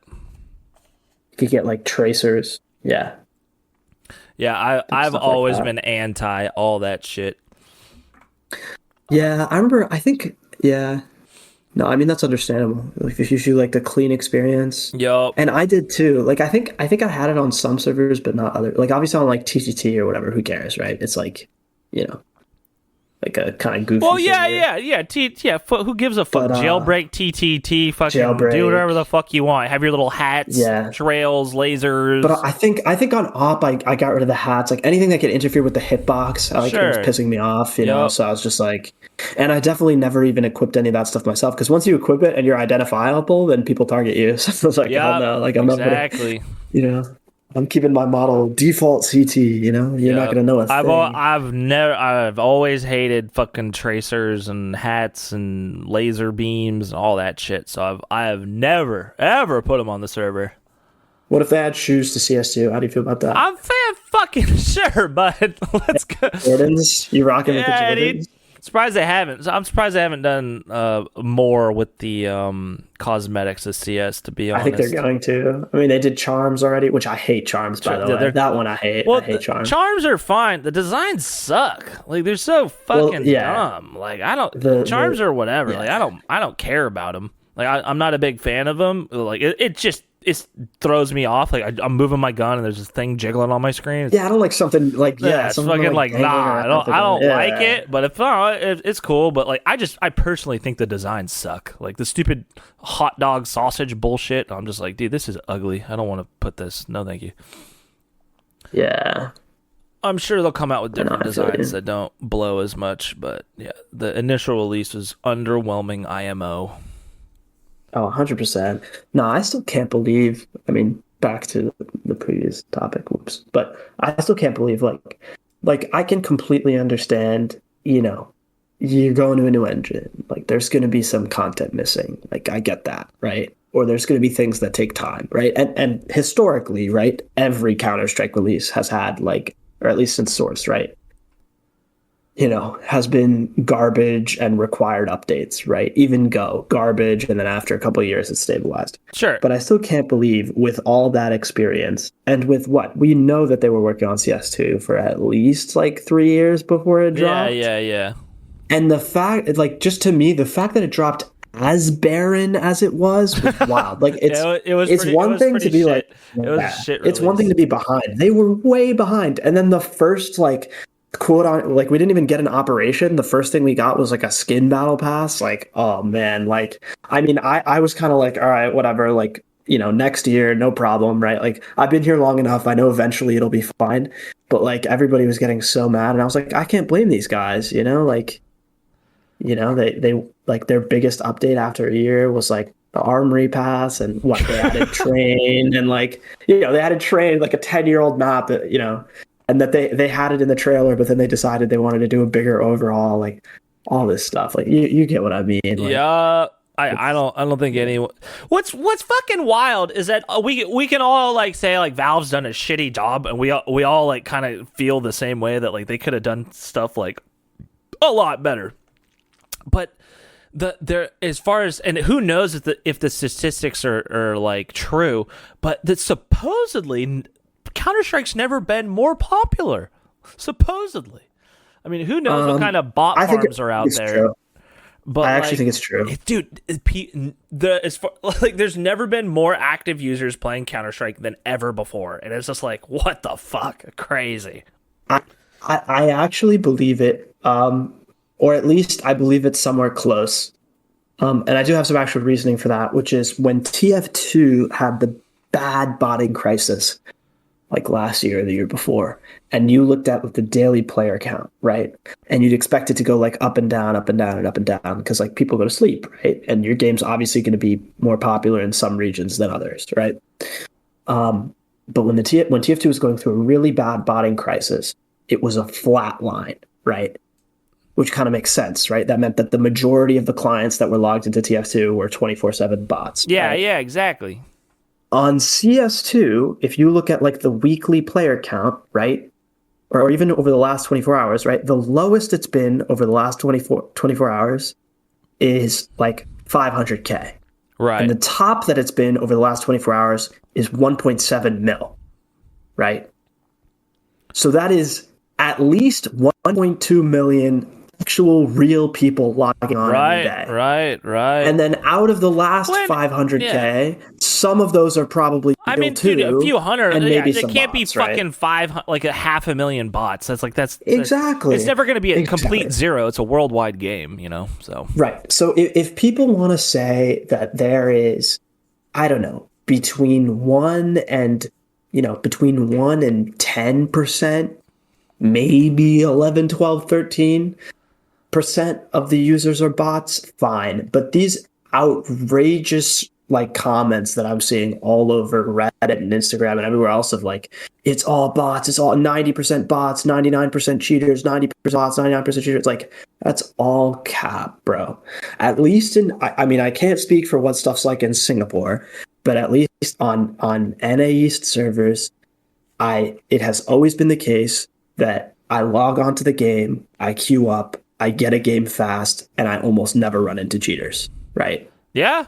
And then again, like you and me, right? We probably have whatever, 15-year-old Steam accounts with high rep and all this stuff. But it's like, if you don't have a good trust factor, whose fault is that? So yeah, the argument that people say they run into cheaters, I'm like, dude, I just don't see them. Like, I don't know. Like, yeah, maybe my elo just isn't high enough these days for me to run into them. But like, I kind of purposely keep my elo low. So, yeah, no, I think it's a lot of sensationalism. Like, does Counter-Strike have cheaters? Of course it does. Does it have more cheaters than your average FPS game? More the bots than your average FPS game? Probably. I mean, there's the skins, right? With the skins, a reason to idle because it's the only game where skins are worth real money, right? Like I believe there could be issues there. Like, I'm not denying that, but like the people who are describing it as like it's this thing that's crushing the game, like clearly it's not. It went free to play, and ever since going free to play, it just grows and grows and grows. Oh fuck, I remember that when fucking Counter-Strike used to cost money. December, and then they made it. Yeah, they fucking. You remember the day? Yeah.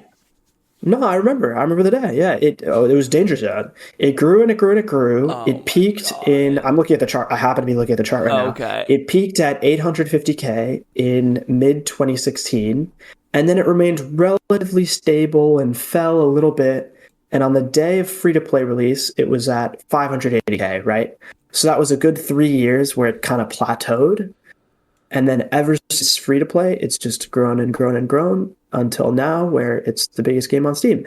And sorry, again, I'm yapping away right now, but like I'll buy the argument when people say like, if you play on a relative basis, Counter-Strike is not as big right now in North America or whatever, right? On a relative basis compared to Marvel Rivals or Valorant or whatever, I'll take that argument, no problem. But when it comes to like the overall number on a global scale, of course it's growing, right? Yeah. Because every kid that gets a new computer in Brazil or Russia or wherever else, right, is hopping on Counter-Strike. And over time, it's only going to be more and more and more. So I think at the end of the day, it's like you say, like in 20 years, I'm gonna hop on Steam and Counter-Strike's gonna be the number one game on Steam. I Dude, like yeah. I'm proud of Valve, and like I'm just a huge Valve fanboy at this point. me too. Me too. Like, dude, they haven't fucked it up. They haven't fucked Counter-Strike up, bro. If you gave this title of Counter-Strike to any other studio, they would have fucking fucked this game up and burnt it to the fucking ground within a year or two. And 100%. And Valve is just, I'm just like, dude, they get it. They get, like, just don't touch the game. Just leave it the fuck alone. Like, it's simple. Yeah. Everyone knows it, and just don't touch it. Like, it's fine. And they have it. The core Counter-Strike is still there. It's the same game. They've done a good enough job at recreating CS:GO to CS2 where it's a nearly identical 1-to-1 copy. And then they're like, all right, it's done. And what did they do? They changed the smoke grenade. And it's actually better than it used to be. Like, what? Yeah. The fuck? They did one gameplay change. It was a good gameplay change. And aside from that, once every, 3 to 6 months, they release some new skins, they update a map. Yep. That's it, and that's all it needs. God bless them. God fucking bless them. Literally. Seriously. Yep. Oh my God. Imagine if Counter-Strike sold to Ubisoft, bro. Dude, gone. We'd be fucked. We'd be fucked. Yeah, that's always the balance, right? It's like on the one hand, there's all this, there's like this kind of bitterness and this disappointment in the state of like mods and everything, but some of that's not even on them. And for the parts that are on them, you know what? Fine. At the end of the day, they still provided this like crazy golden age of modding. They're still allowing it to this day, even if it's not as good. And they still just have the best games out there. So I really, I can't be mad for that long. At the end of the day, I've always said better them than anyone else. And that's exactly, I agree. If you give it to Ubisoft or Activision or, just any other EA, company, it would be gone. Oh my God. They would immediately just fuck the game up and ruin it. They'd be like, oh, we need to add, I don't know, leaning into the game or something. Leaning. Oh my God. Prone. Go prone.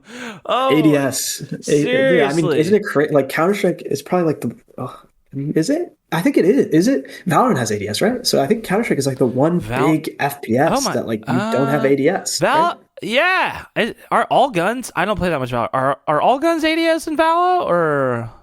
I don't know. I think even if it's there, it's not used as much as it's used in like Siege for sure. Right. But there's definitely more, I'm pretty sure there's more ADS than there is here. Fuck it up, bro. Every version that would come out would have fucked up, way different physics and shit, which I'm sure isn't Call of Duty, don't the physics kind of change quite a bit from version to version, or I don't know. Well, they completely changed the movement with Black Ops 6, which you'd never have that happen with Counter. I mean, I think people were happy with that change actually, but nobody would be happy with a CS. If you changed or removed air strafing, everybody would be pissed. Well, even in CS2, the movement's dog shit.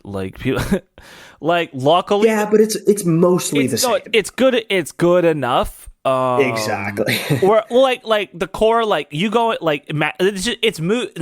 the movement is bad in regards to when you start doing KZ maps, B hop, surf, stuff like that. But when you're playing Dust 2, in a match, it's the fucking same. There's nothing about the movement. You climb up on a crate, you hit a strafe jump off of it to get onto a railing. It's still there. Oh man. Yeah, but God bless Valve, dude. And then and Valve's dude, Valve's so fucking the most profitable software company in the world. And 100%. Dude, I don't see this game going anywhere. So what? No, it's got what? So what? CS came out in 1999. So we're about 20. It's been out for 25 years, and I don't know. I see it still being here in another 25 years, man. Mm-hmm.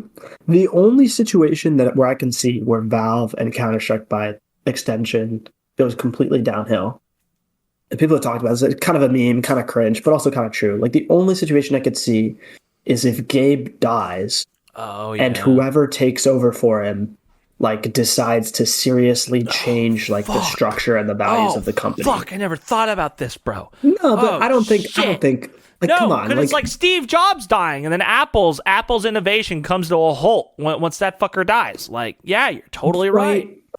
But Apple is a much, much bigger and much, much more traditional company. Oh my God, Lord Valve, Gavin dying! I haven't thought about this day. Lord Gavin's gonna die one day. No. It'll be all right. No. It's only like 350 people. Like if he hands it to whoever, like one of the other guys who's been around forever. Lord Gavin will have he'll have gotten like a neuro chip in there, and he'll have downloaded his conscious onto some computer, and then like an AI Gavin will take over, and it'll just remain the same. Supposedly that is what he's working on. I don't know if you've seen that. Yeah, I don't see brain interfacing shit. I don't care. Honestly, yeah. If from a company ownership perspective, like I'd be totally chill if like, yeah, just download my consciousness and let that fucking computer program run the fucking company. Like, yeah, I'd be down. You know, like why not? Like who cares? Funny. And then what? Maybe there's a board of directors, and then like, but still, it would have to be a unanimous vote. If they wanted the AI, if the like Gavin's AI conscious wasn't doing good, then the board of directors would have to vote him off. And then I guess eventually the board of directors would all download their consciousness, and then it'd be like, imagine like 10 AI like computers like running a company, and they're all arguing amongst each other, all the programs, and voting each other off and shit. Yeah, vote kicking. yeah, vote kick. The AI discovered vote kick. Fuck. Okay, that's actually that's a cool question to ask. RTV threshold of the server. What percentage of the server has to RTV for the vote to come up? Oh man. Why we just like off the top of my head? What do I think's right? Yeah. 51%. 51. I run it at 60. Okay, interesting. Okay, but counter question: how long are you required to play a map before you're allowed to RTV? Instant. Okay. See, so I would do a lower percentage. I'd do 51%, but I'd force people to wait 5 minutes before RTV. 5 minutes is so low. People leave the server by then, dude. If you're like, fuck this map, I don't want to play this map. I feel like you gotta.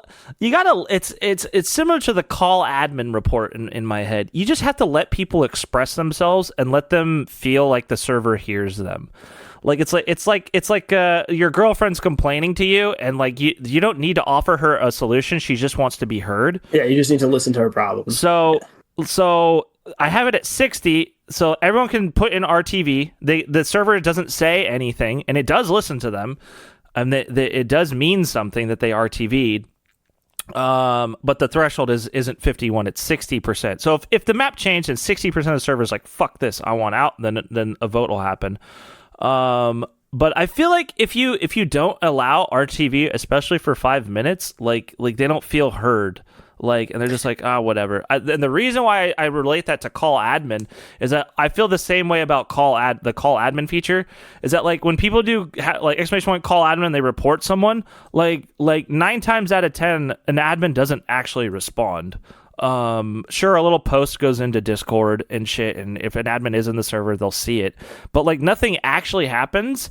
But the player feel like they feel different about they're like, okay, all right, I did something, and then like they feel heard in a way. Yeah, I don't know. I mean, for the first one, I feel like with the RTV thing, like I feel like it's kind of, I've always thought of it as a balance between, on the one hand, it's like I want the players to be heard and I don't want them to leave and I want it to be a relatively player-driven server. But I also feel like once in a while, it's, what's best for you, but also sometimes I know what's best for you. It's almost like a kind of like a parental instinct where I'm like, you guys need to try some new maps, Yeah, yep. And they don't even give maps. It would always piss me off when they wouldn't even give a map a chance. If you want them to try new maps, then put how many previous maps back they can vote for in your map pool. I would do that too. But I feel like that combined with at least forcing them to play like a few minutes, it was like an okay combo as long as I had the threshold lower, right? Because then if enough of them were pissed, and it didn't have to be as much as 60%. Like it just had to be the majority that were pissed, and then I'd let them change it. But anyway, I see your approach too. I think they both, Yeah, I don't. kind of make sense. And I honestly, find yours might be better. yeah. I've always find it interesting, like the reason, because everyone has like an idea of like what they do in their head and why they do it. I think every server's approach is very different, and I think the most identifying and most like valuable attribute to a server is its map pool. Oh, 100%. Oh, it's so important. So important. Getting the right number of maps, getting the right version of maps. It's the easiest thing to fuck up, I feel It like. like is the server almost like what maps Yeah. like your map pool in the server is like the most of like defining attribute, like I feel like of any server. Yeah. Because Yeah, I agree with mean, that. one bad map, bro, your server's toast. Everyone leaves. Like one bad map. Uh-huh. No, it's true. That's very true. Well, do you have okay? Did you ever have a map in your server that you didn't personally like, like almost hated? You're like, dude, this map fucking sucks, but everyone else loves it, and it's like one of the best Are you performing kidding maps me? on the Of server. course. Of course. Of What course. what Yeah. map was that? Oh my God. I mean, I could probably think of, well, first of all, there were maps that I liked at first and I got sick of. But as for like maps that I just hated, shit. I'll try to think of an op example. Um, hmm. Okay, Yeah. I'm not thinking of an op example off the top of my head, so I'll do surf. Surf skyscraper. It's like this Okay. map that it was a combat surf map, and it was old. It's like from 1.6. It goes back all the way, um, and as do many of the other maps. But that particular one, I just did not like at all. Um, but the players loved it, and it got way more playtime than it deserved, in my own opinion. But Fair enough. Was I there let ever a it map that like stay. you liked back in the day, but as you liked and then was popular, but then as time went on, like meta changed, and then people ended up like they don't like the map anymore? Oh, absolutely. Yeah, I can think of that too. Like some of the smaller op maps for us, like because we had the bunny hop, like what was it like Op Fort? Does that sound familiar? Op Yeah, Fort or yeah, Op yeah, Logo yeah, Fort or something like that? Yeah. Yeah, like this really small close quarters map, right? yeah. That's op And at source first it's forts. like, yeah, source forts, something like that, yeah. And it was like people weren't that good at it at first. And so it wasn't really much of a problem because like nobody was like that good at bunny hopping it. I mean, people were good, but you know what I mean? Like it wasn't the same as it is today. Like the average skill level was just lower. And so it worked kind of well. It's like, you take a couple of hops, take a shot, take a couple hops, take a shot. Um, and then eventually once people got into like really like be hopping all the time, right? To the point where like you never stop, that map became too like cramped and too small, I see. and it wasn't liked by the general population anymore. Um, Even though it used to be like really fun for us. Yeah, we've got a map. It's the most popular map on the server. I fucking hate it. It's called Op Doodle Bop, and it's just this small little map, and it's good and everything. It's just fucking overplayed. People play it. They're like addicted to it. Fucking Op Doodle Bop, Op Doodle Bop, I and think that might have been the one that I played. probably it's Yep, I played this one. Yep. Oh my God, I hated. Okay, well, I'm probably gonna say some sacrilegious things, but bring do you it. want first impressions? From Yeah, an yeah. Doodle Bopper? Okay, walking up the ramp into that top area, like, and then immediately, like, it's literally just like it's like an internet contest against the other people walking up the other ramp that's 3 feet away. It's like the dumbest thing ever. Yeah, it's like a head Because you can't glitch. even, Yeah. yeah, it's like a heady, and then like the ramp is like just steep enough that it's like super awkward to like be hop out of it. Yup. And I don't know, even the overall like the even like the spawn areas, like you can't fully walk around the perimeter, right? Or no, you can. Yeah, you can. You You can, can. but you're so exposed to the people down below as well. Like Right, it right. overall it feels so cramped. Um yeah, I was not a fan. Like I could tell like okay, like on the one hand like having a lot of people in a small space, like you have a lot of like quad kill potential or whatever, right? But yeah, no, it was Yeah, dude, that's the I number felt like I had one no fucking room. It was map on like the server. It kills so me. claustrophobic. Yeah, very Ugh. It's claustrophobic. like the I all like liked the what's the new not even it's past the zoomer. What's past that? I don't fucking know. All like the new gen gamer, it's like very fast paced. You spawn really close to each Gen other. Alpha. Yeah, Gen sure. Alpha. Gen Alpha. It's Yeah. just like fucking TikTok doom scrolling, like dopamine spam. Like it's just non-stop action packed, like fucking just debauchery, dude. Oh my god. Yeah. There was another one that I liked. I'm trying to find it. What was it? Maybe it was Gulag that I liked more. It had more room, I think, right? Gulag's bigger, A little snowy. bit. Let's see. Screenshots. Let's I see. think I have it. I think I found it. I can Yeah, yeah. Like this is. I mean, it's definitely bigger than Dual whatever Dual doodle Bob. bop. But Yeah, yeah, it's been interesting to see the maps that come and go over the years. What's the style of map that plays well? Over the past like year and a half, we've just been like porting, like recreating, getting maps like into there. I think we've made like one or two new maps, maybe. Kind of, but for the most part, it's just been maps we all made in CS:GO. That we play now in CS2. The interesting right. part about gloveworks is that there's really like no other, and I don't mean this like we're so fucking revolutionary and whatnot, but like I look at all the European op servers and shit, they're all still just playing op Lego 2, dude. Like they haven't innovated or like No, I agree. started like I mean, playing different maps and like a different genres and shit. Like it's like no, 100%. it's No, we're archaic. like Karma's like the only like quote unquote like real 1v1 server, at least in NA. Like I think with the like and I'm half-assing it, right? Like I haven't even putting that much Right, time right, in. I right. haven't even had to. But I think the like answer to that, I think there's not a lot of people like you anymore, or like you and me, but really more like you. I mean, you've been actively populating and stuff, right? Like you're putting in the work. Yup. Like I think there are way less people who are just like where it's just one guy who cares, right? Not discrediting, like I'm sure you have, admins or whatever too, right? But Dude, I know. Oh, when it it's comes to the mainly maps me, and stuff, bro. Like, right? yeah, Right, yeah, exactly. yeah. And I feel like a lot of these servers, like, they do the initial setup and then they're gone, right? Like especially obviously the cyber shokes and the X plays, but even some of these other ones, like it seems like Nah, dude, the they'll cybers, put in like a week and they'll put in up a bro. server in every game mode and then they just leave it. I'd be more like chill with the cyber guy, and for the listeners, the reason why we're kind of like we kind of speak about cybershock and X play like negatively is because like they literally have stolen like hundreds, maybe even thousands of assets from community made like maps, models, like plugins, features that have all been made for free by the community for the community.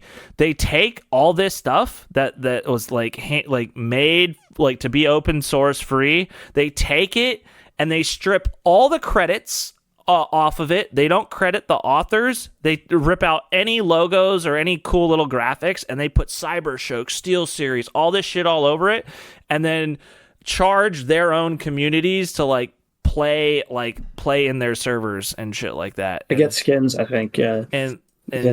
They charge for skins, and they charge for skins. I'm sure there's probably gambling involved as well. and they also. I mean, I think the biggest problem with them is that so they launch a bunch of duplicate servers, right? So they will release 250 FFA deathmatch servers, Right. and 30 of those FFA deathmatch servers will be Dust 2 servers in Germany, and 20 will be Mirage servers in Russia, and 30 will be Overpass servers in the US, whatever, right? Like they literally just it's the definition of like quantity over quality, right? They just fill up the server browser with garbage, um, and you know, it makes it harder. Like, not only is there the asset stuff, but the existence of communities that do this make it much more difficult for smaller communities that are independently run to gain players and traction and survive. Yeah, and I guess they don't innovate from what I like. They've never like they're also just lazy. Yeah, they've never done anything they cool. take like these community made like modes, like they'll do, like B hops and surf and op and shit, but they don't innovate. Like it says a point, like they're not like pushing the boundaries, releasing a new op map or a new B hop map or surfer. They just steal from the community, profit, and don't give credit back. And it's just like, what? Yeah, they're making money and they're doing nothing. Like, none of the money is going back into the business other than paying whatever the server cost is. Like, they're not paying a plugin developer other than like, hey, make sure that this doesn't crash. Like, exactly. There are no ideas there, you know. Yeah, and whenever I look at the server, like, you know, CS2 browser, you say server browser, but like, nah, you got to be like, what server browser? Using CS2browser.com or using the Valve server browser? Like, no, and even on CS2 browser, yeah. To be fair, I don't know if they're doing the one where it's literally like a fraudulent, like a fake server, but they're definitely doing duplicate servers. Yeah. Like, I think it's actually not them that does the fake servers.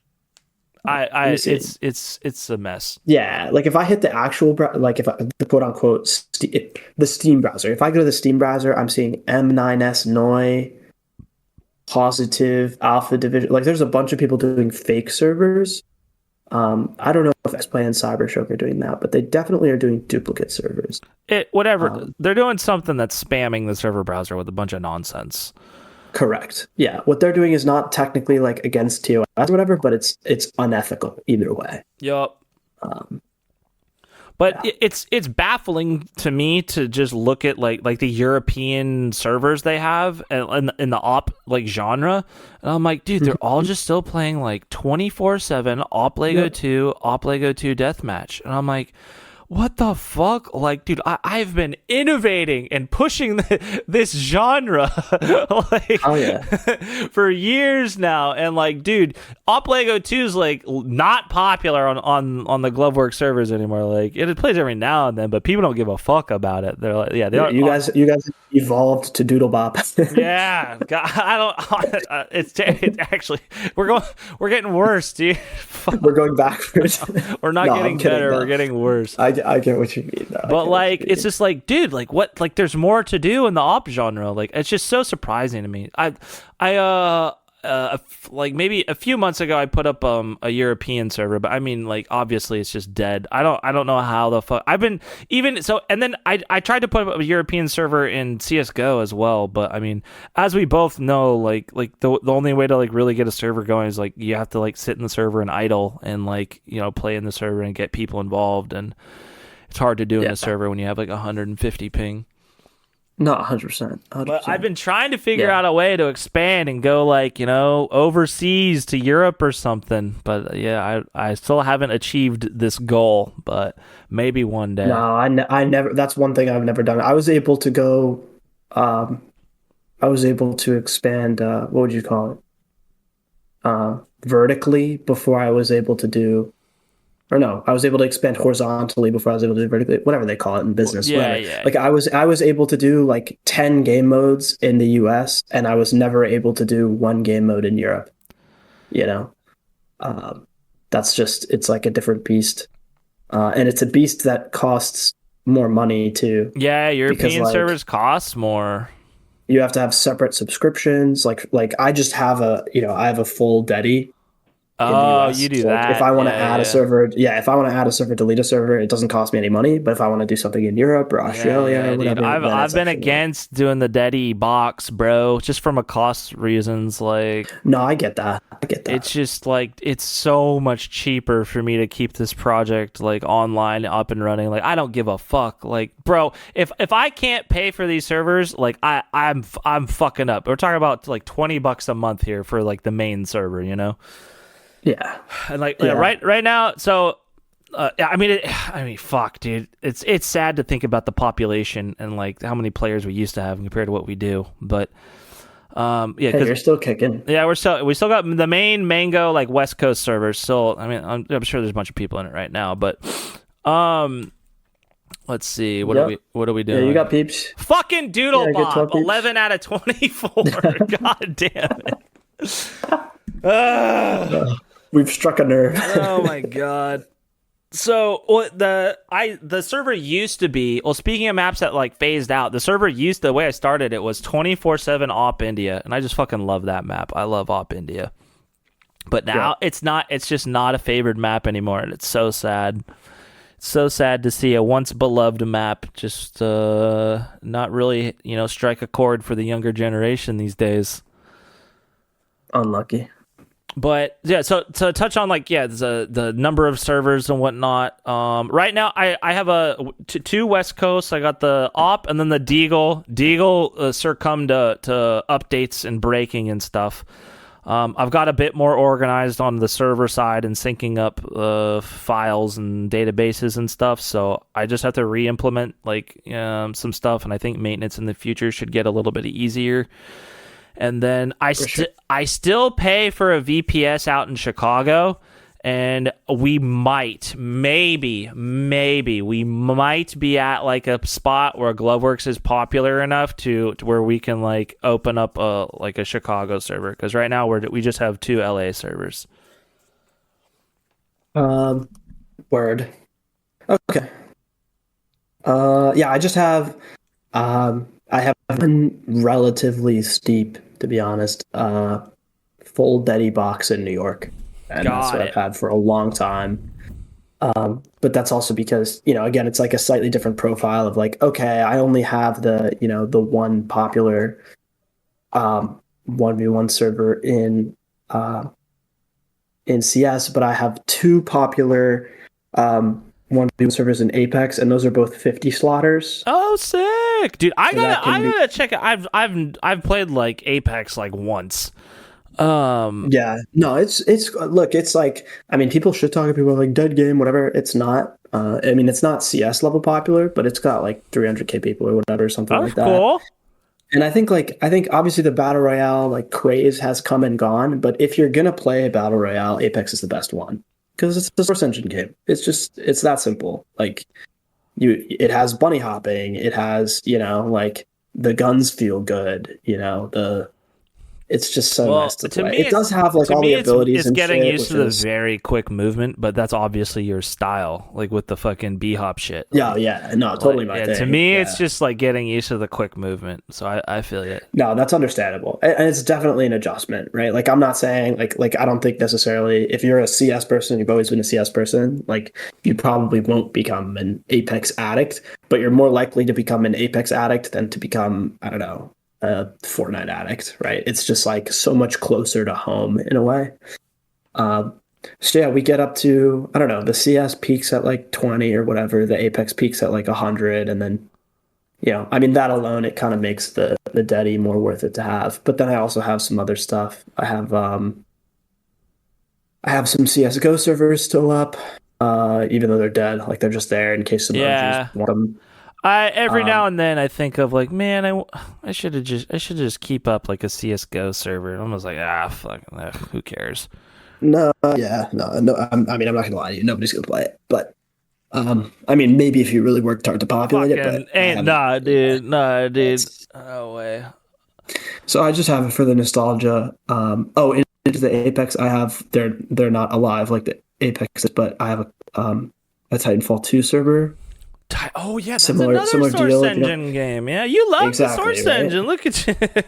Oh yeah, no, Hell I mean, I'm yeah, absolutely a source fan. sick. Yeah, and I mean, like Apex is to Titanfall 2 what The CS2 is what to CS:GO, right? the Havoc physics engine. That's your boy.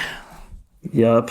Yes, it is. Yes, it is. Well, actually, I don't even think it's Havoc that gives No, us all no. the units. I think Havoc it's is the Quake like that's like when like you do when you're gravity throwing gun, right? props. Yeah, the gravity gun, Yeah, and you're yeah, yeah. throwing like a box and it bounces off a wall. That's the Havoc. But the actual movement is just Source. I think What do it's you? just Okay, so just as like a Source, just movement, what do you Quake. think about Half-Life One Source, like 1.6?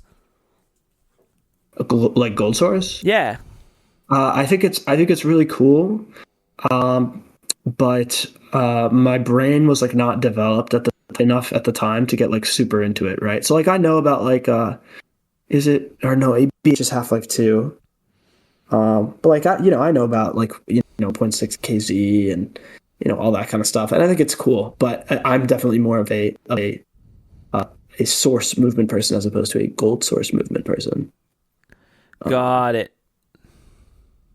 But yeah, I mean, I've watched like some Half-Life 1 speedruns and stuff, and like I think it's pretty cool. But I'm Counter-Strike always a spectator. 1.6, like KZ B-Hop community is still alive. Rops is very into it, and he's like helped sponsor some tournaments that even happened like this year or late last year. Or like the like if like a tournament like a few $1,000 or something, bro. Like a decent. I'm like, oh shit. So yeah, seeing a little bit. There's still it's still alive, but it does get smaller and smaller as time goes. Like look, like I just pulled up the numbers. We got CS 1.6. The peak today was 17,000. CSS, the peak today was 15,000, about the same. Wow. And then CS2 was 1.65 million. That's so sad. Like, oh my god, both source and 1.6, 15K each. Like 15K. Oh my god. It's sad but beautiful. It's still actually like it's still a lot of people.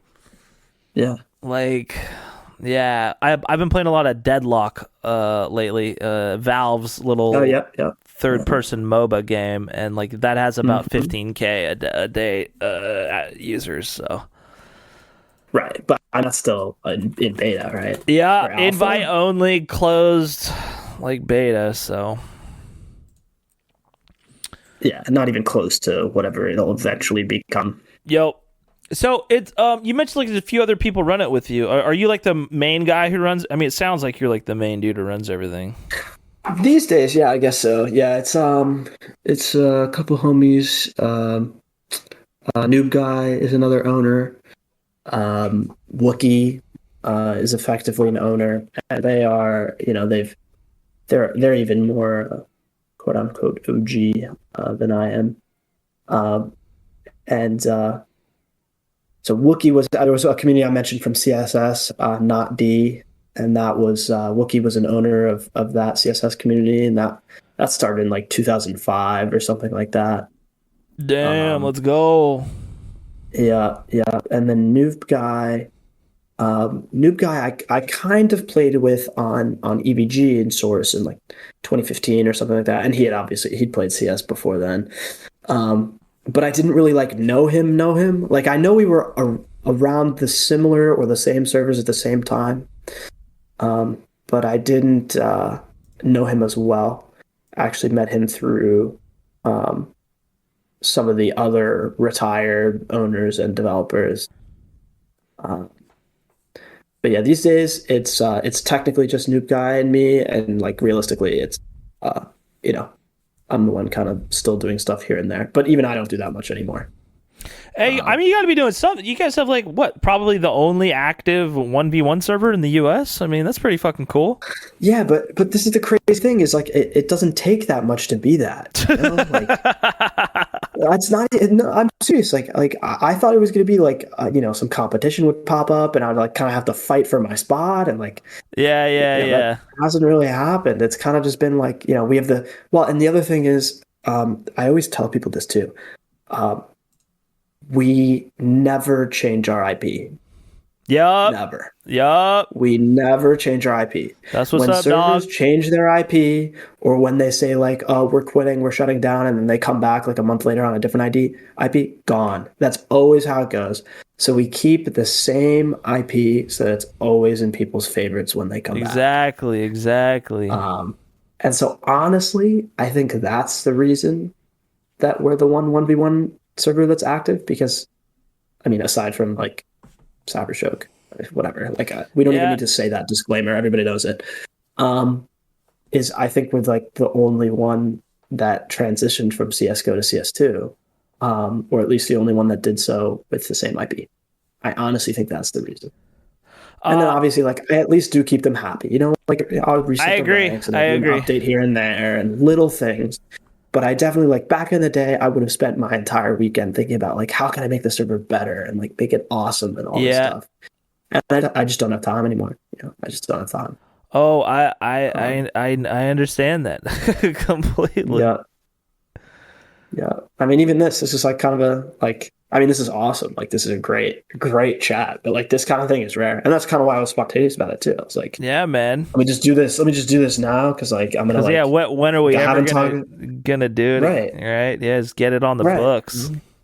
Oh yeah, talk about some Counter Strike, man. I mean, it's good. So, all right, what peak karma back in the day? Do you remember? Like, oh, dude, peak for me, and I'm sure it's probably the same for you. Is fucking COVID, bro. Shit was nuts. Oh my god, I spun up fucking 4 op servers during COVID, bro. They were all full. It was a hoot, bro. Oh my god, COVID hit and everyone just locked inside gaming. What was like peak fun like karma moment? It might have been 2020. It might have also been earlier than that. Do you remember game tracker Yeah, of ratings? course. Okay, let me find some. Let me find you like a screenshot. I mean, it won't mean anything to the audience, but it'll be easier to go by that than. So this was. Let me see. I don't know if this is the most up to date one I have. This is summer 2020, summer 2021. That's summer 2021. All right. Let's see, I'm gonna have some older ones. If I go back, I mean, I go back so far, I'm sure. I still have like the same hard drives too. So Oh, I'm dude, I sure have I have so many some hard cool. drives with all this like, gloveworks shit scattered all over the place. Like, yeah, it's crazy. Yeah. Like, I remember I had Yeah, like whenever 10 I like servers. do a new OS or whatnot, I like an old. I have like 4 or 5 old hard drives that I just have like they're just connected, and I like go through them. It's funny. Yeah, hell yeah. Gotta restore the old. Oh, I found What okay, I found the history is this folder. for? Let's see what's in here. Uh oh my God, this stuff is so old. But yeah, I think I had like what was this? No, that's not right. There's one other screenshot I'm looking for that I know is around here somewhere. But yeah, I remember having like whatever's in that, like 10 servers or something like that. And I think the most I ever had like packed each day was like 4 or 5. But then the others would get some people too. But I think peak, Not even like peak it was kind of population, like but just like fun times, man. the Like, best times. Honestly, I wouldn't yeah. say COVID. I would say earlier. I would Okay. say I think like maybe 2018, 2019 was probably like the most fun that I've had. Um, but then there was also a period of time where I was like kind of competitive with it too, with Combat Surf. I had the YouTube going. We had like little tournaments and stuff, and I was like good, you know. I Yeah, felt yeah, good about yeah. being good, and that was like old. That was like uh, well, actually, maybe not that far back. That was like 2016, 17. That's when I was like the best at the game. So that was fun. Not like the best out of it, but that's when I was at my best. And then the most fun I remember having with friends, like yeah, probably like 2018, 2019. But then there was definitely another like kind of like a revival in like COVID times, and that was good too. But what sucks for me, oh my God, I just remembered this.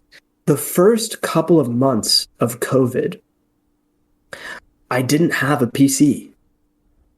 I Okay. I can't remember why. Some I don't know, some life reasons, whatever was going on. I think I was moving or something. Like I think I was moving right when COVID hit or something like that. All right. But I only had a laptop from March, like whenever lockdown happened, March 2020, right? Until like maybe late May, like May or June. And then I had a PC for the summer. And that was great. But those first couple of months where like everybody was talks about like nostalgia of like well, I mean, not everybody, because some people like lost their jobs and shit, but other people were like, oh my God, it was like low key fun. Like the internet was so great then. Like for a couple of months there, I was just like on my phone and my laptop, you know? And then Oh yeah. eventually I got my PC back, and that was like, oh yeah, that was huge. Um, But I remember that being frustrating. Because you get used to being on the mouse and key, like for real, with like a Oh, I monitor and get it. everything, Yeah. And then I was So, like back to so like, what got you into running servers? How'd that all start? I think I was a stubborn, arrogant teenager, and I thought I could do a better job than the server that I was an admin Oh on, yeah. Oh and then I yeah. did. This server sucks. I could do it better than this. That's what's Literally up, that. dog. Yeah. Was it similar for you? Oh fuck. I don't remember. Oh god. Let's see. I'm older than you, bro. I'm 35. Right. I'm assuming I'm older than you. Apologies. Let's see. You are no shade. How did I start my first servers that I hosted? Fuck. I think it was this would be 2002. For a Half-Life 1 mod called Hostile Intent. It's just a mod of like a Half-Life 1 mod you would install. Why did I YouTube video on that? Why? Yeah, it's called Hostile Intent. It's a realism mod for Half-Life 1. You would get shot, like you run slow as fuck. I don't know why I played this fucking game. You run slow as fuck, and like, dude, you get killed in you get 3 bullets and you're dead. Like you're literally maybe 2. It's like realism shit. It's ADS only. Like you can't even shoot your gun without the aim down sight. Doesn't sound very realistic. So yeah, and it's literally just a game where you like it's the whatever the NATOs versus the Tangos. And like if you're the Tangos, like you defending objective, you literally prone in a corner and you just wait for them. You wait for them to like open the door, and then you just shoot them. It's the funniest fucking game. Oh man, the game for one reason or another, and it didn't have very many servers, and I'm sure at the time, yeah, and since it was a mod, yeah, the game probably had. Sorry to interrupt. Just so you know, your mic volume just increased by like half. Oh, sure. Yeah. Okay. Let me fix. I mean, I can adjust on my end. No, don't. I got it. Okay. Thanks for letting me know. I don't know why. Let's see if I put it the fuck over there. Okay. While I fix it, let me see. Technical issues. Okay. All right, we're back. Thank you for letting me know. It would have ruined the podcast. No, I can't have that. Let's see. I think yeah, I didn't like what was going on in some of the servers. I thought I could do better. But I think it was more of a the mod needed servers. I think there was only maybe 5 servers that the mod had. I was 12 years old. And when it was a listen server, and I would host the server from when I got home from school to when I went to bed. So the server was only online for like 8 hours a day.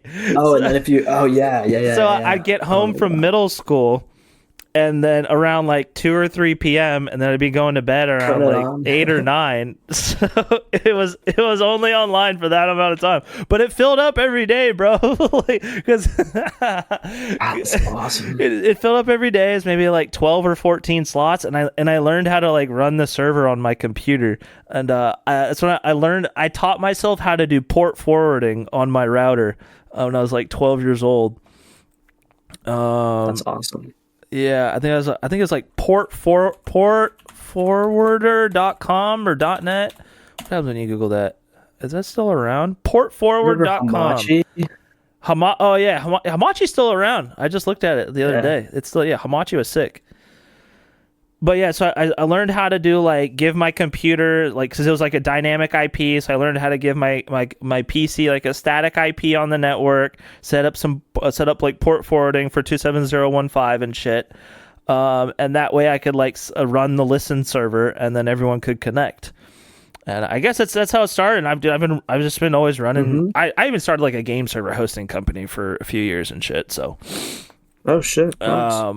yeah, I've set up and run literally thousands of servers, and Wow.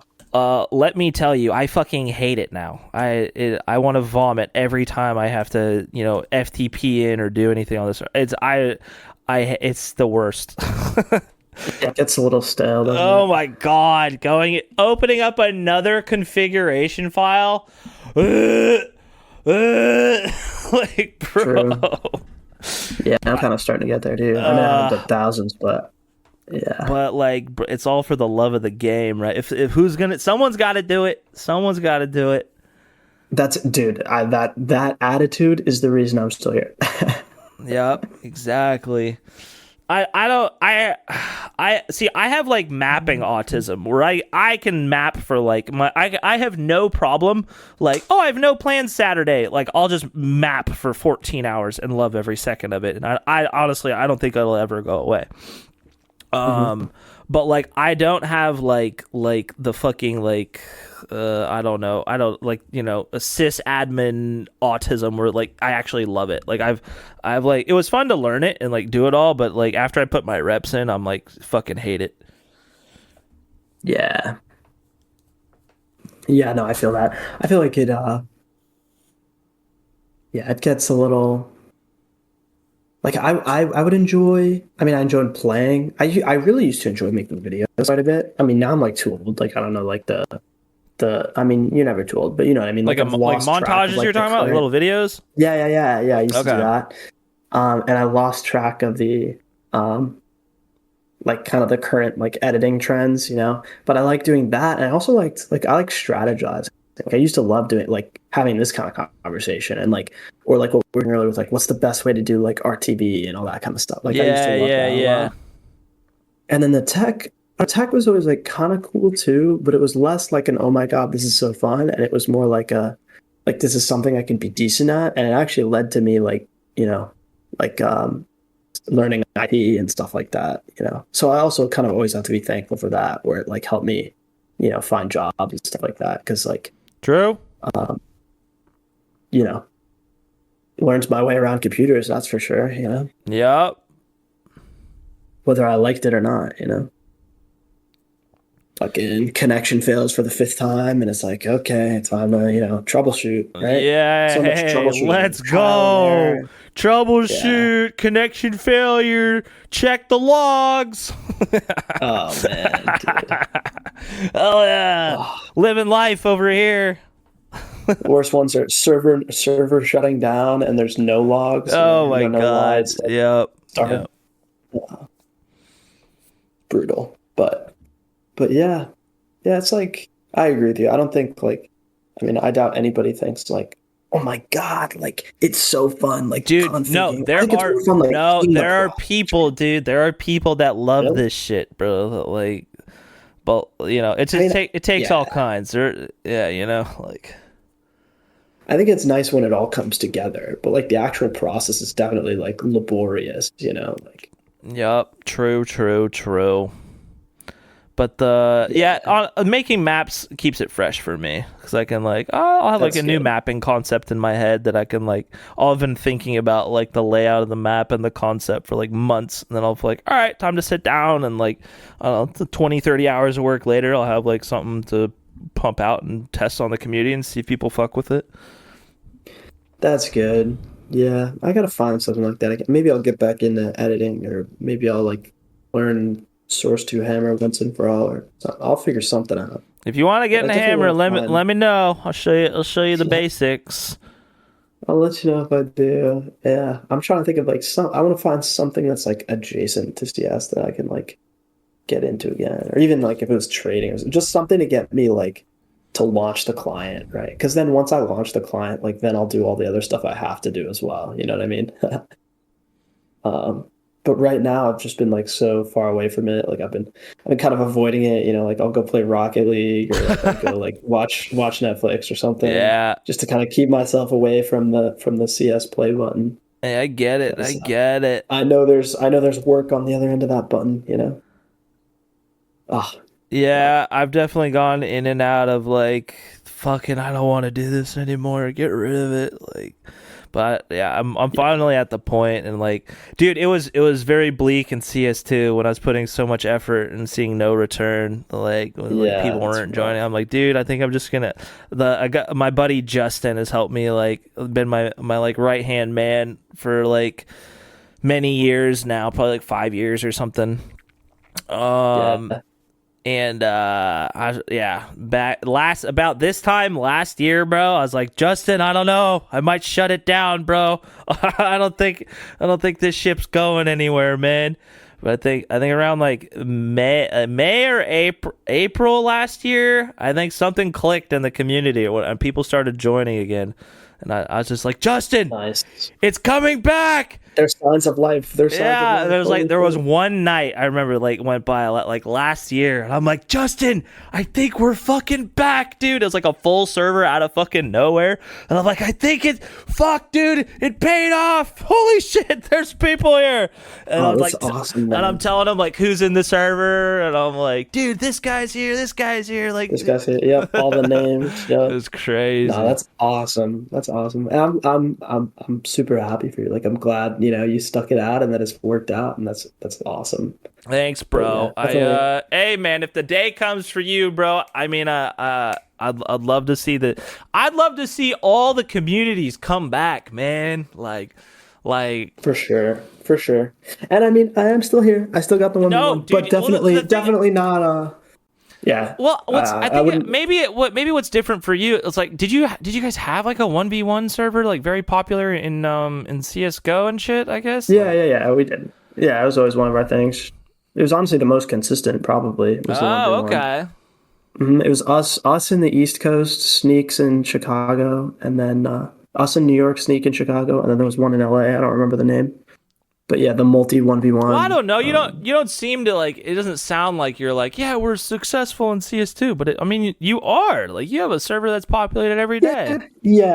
No, that's true. I guess it's just well, it's. I think it's two things. I think it's that comparatively to what we had before, it's not as much. So then it's harder to be, But like, I'm still grateful, of course, like that we have this little, this 1v1 community.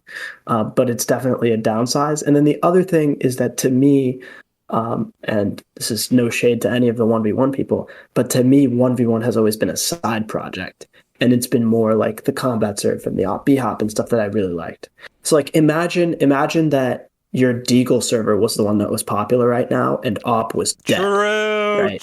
Like how true, it was true. the I'd way nah, that nah, nah. I'd be like, fuck. I'd be pissed. I'd be right. pissed. Yeah, the way you would feel then Yeah, is yeah. how I'm feeling now, right? Fair, So I just fair, feel a fair. bit disengaged, even though it's still Yeah, there. yeah. And like, Because yeah, your baby's the op b hop, right? Like I would say the combat surf first and the combat op surf. hop. Okay. Yeah, the combat surf, the oppie hop kind of go hand in hand, but like if I really go back, it's the combat surf, the oppie hop too, and Fair then maybe enough. a little bit mini games too. But yeah, the 1v1 was always to me at least like some of the other people in Karma, right? Like 1v1 is their thing, right? But for me, the 1v1 side project, TTT side project, Yeah, yeah, yeah. that's just where I'm Yeah. at No, with you it. hit it on the head. Like, it's Deagle Hmm. server for me. Like, I had like the number one Deagle server in CS:GO towards the end of like CS:GO. It was granted it was the only one online at the time. There's a reason why it was number one. But like, dude, I didn't fucking care. I'm like, yeah, whatever. It's cool. It's nice. Don't get me wrong.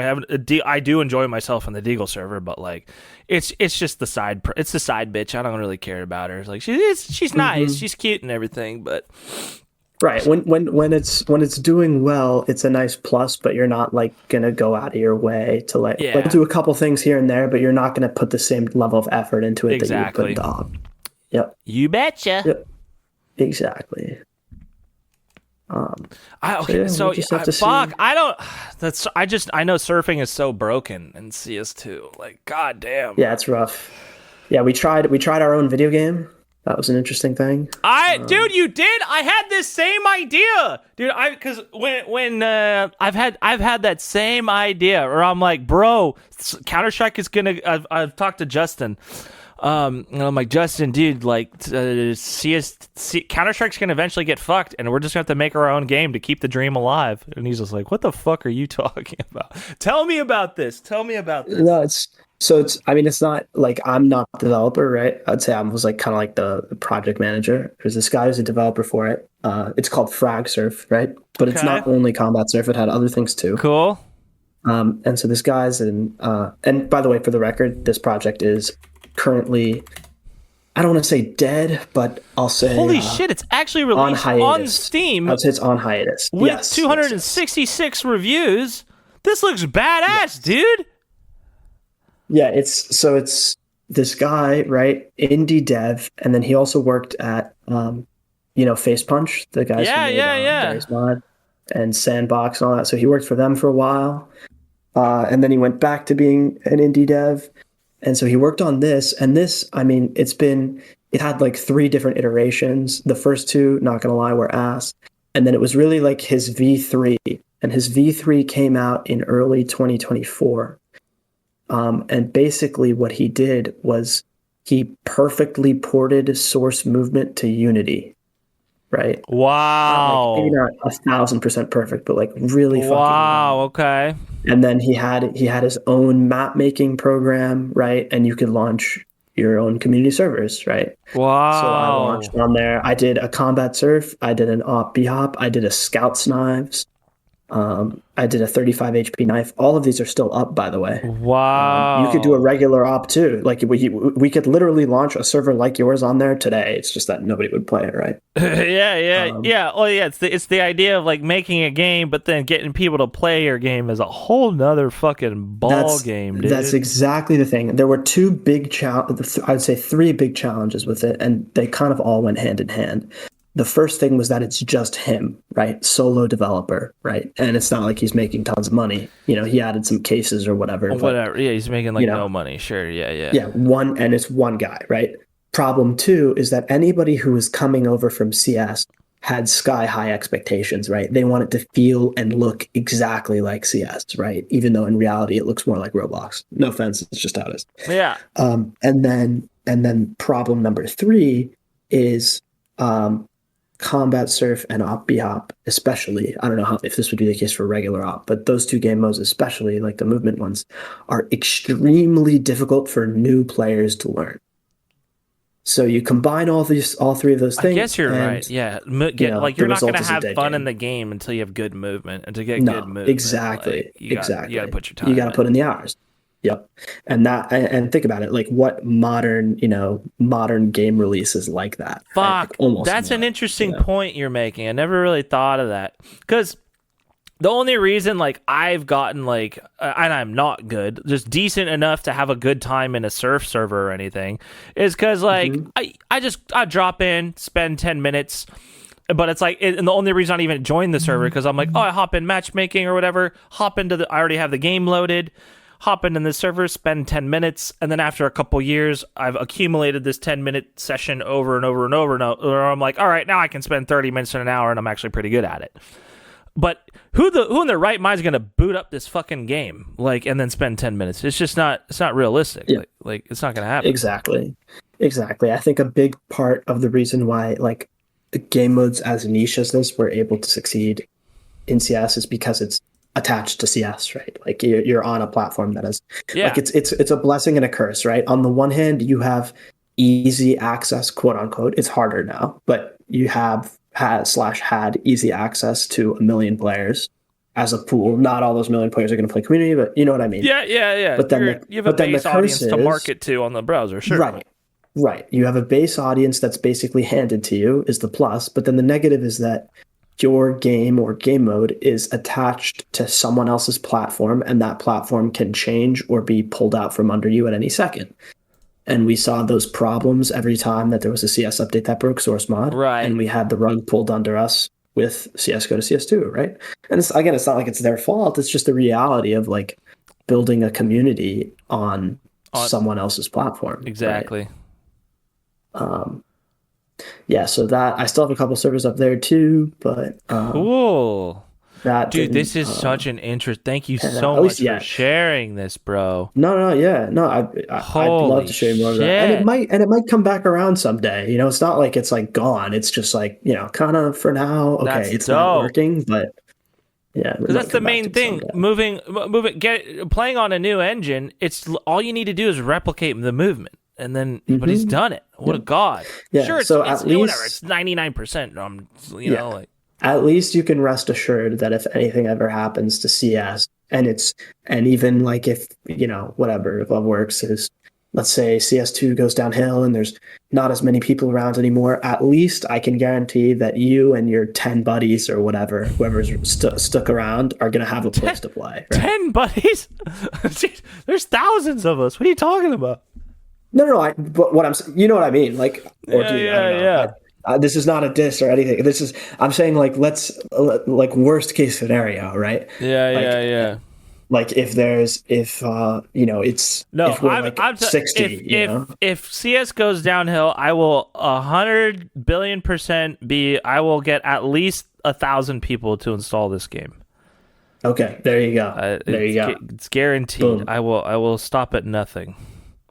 There you go. I wonder. See, and that's I'm the thing, very you're more I'm very relentless than me. intrigued. I'm very intrigued by this. It's called Frag Surf.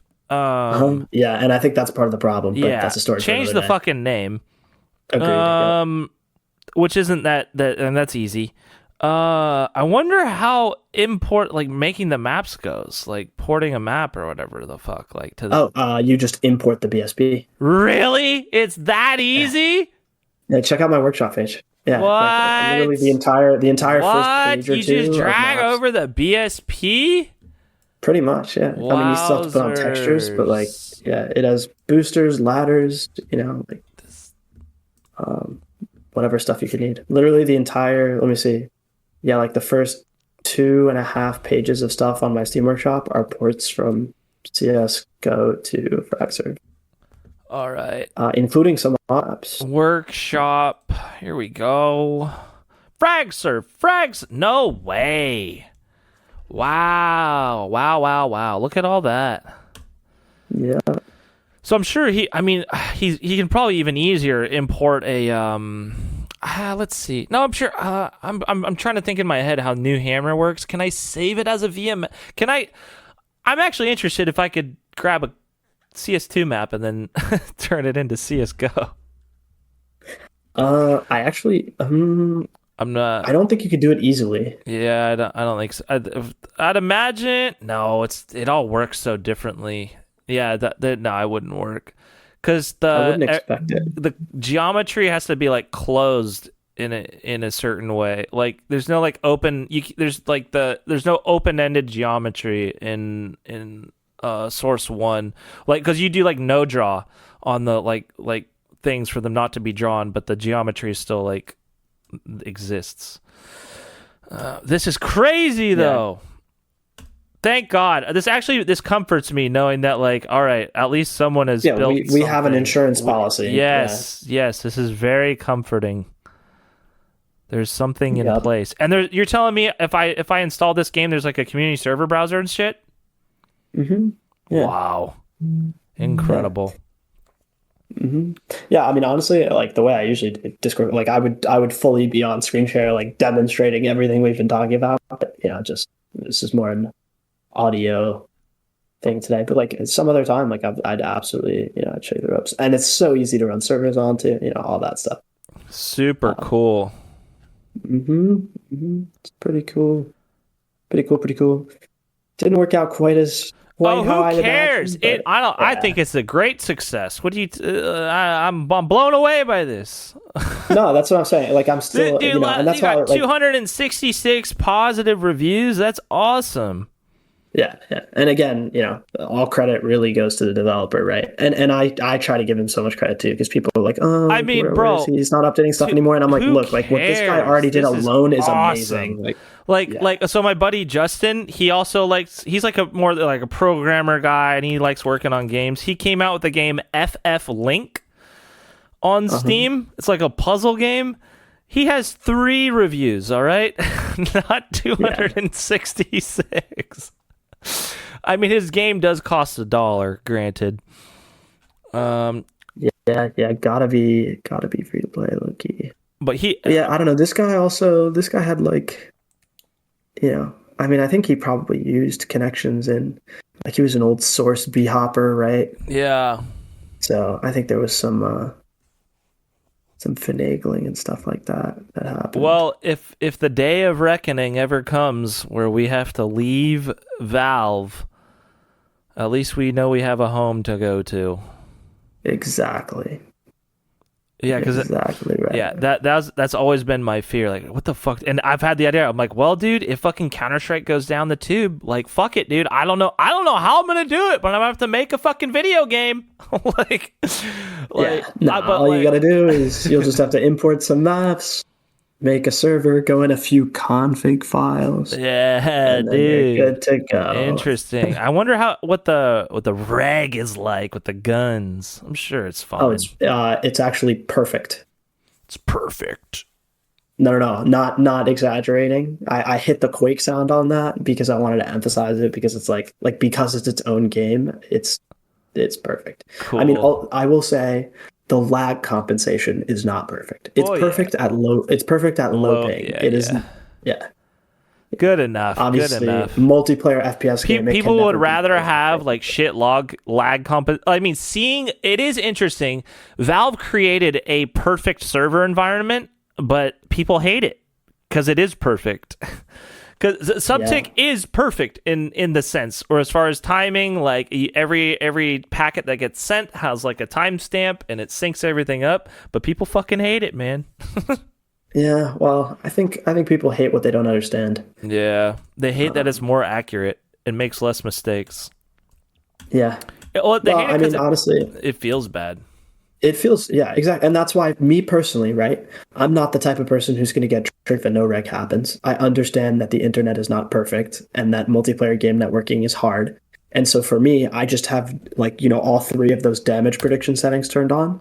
And I prefer to play that way, right? Like I prefer to have a crisp, imperfect game than a perfect game that feels a little more sluggish. Right. But that's think about it. They've given us the choice. What other game would ever give you that kind of choice? They're like, Valve has literally said, okay, guys, your choice. Do you want to be like, are you the type of person who gets all frustrated and you want to have like a perfectly synced experience? Great. Are you like, an OG and you want to have things feel more crisp, even if it means it's not accurate? Great. right. Like, that's so cool. It's so cool that they're So letting the us choose. only thing, so I have I'm of the same. I think it's awesome that they actually give you the choice. You can play the perfect version or the imperfect version, being the instant feedback, or wait, what 8 to 16 milliseconds? I think it's 16. Something like that. Anyways, or wait for the delay. The thing that happened too many times to me, or maybe I'll try it again. Maybe something happens. A dink. I would dink someone and like, oh, they're dinked, and then I just swing out and go for the body shot, and like, bro, the dink didn't reg. Like it wasn't a real dink. So I'd hear the dink sound, but then it never actually happened. That's understandable to be frustrated at that. And to be fair, I think I think that one of the like I think you could have it off for You headshots, but can, on for yeah, it like does. rag Yeah, you're dolls or right. Maybe, something. Yeah, yeah. But the so crisp that could be. headshot is like. I know. So I That's why I'm just the like, only yeah, I if just I have, want to be finicky, I just like don't play the dink. Just save that one noise for like a confirmed pack. I'll wait for the oh, confirmed packet true. on the Yeah, dink sound. Just don't right. play me the dink sound unless it's 100%. Because too Yeah, many like even if times. you do the blood or visual feedback, Yeah. just not the Yeah, sound. Yeah. I'm fine with seeing like a player fly back and then it throws them back. Like, oh, that wasn't that was like that didn't actually happen, and it goes back, and I'm like, they're alive, and I'm like, all right, that's fine. But me, like, 10 seconds later, thinking I just had to shoot this guy in the toe.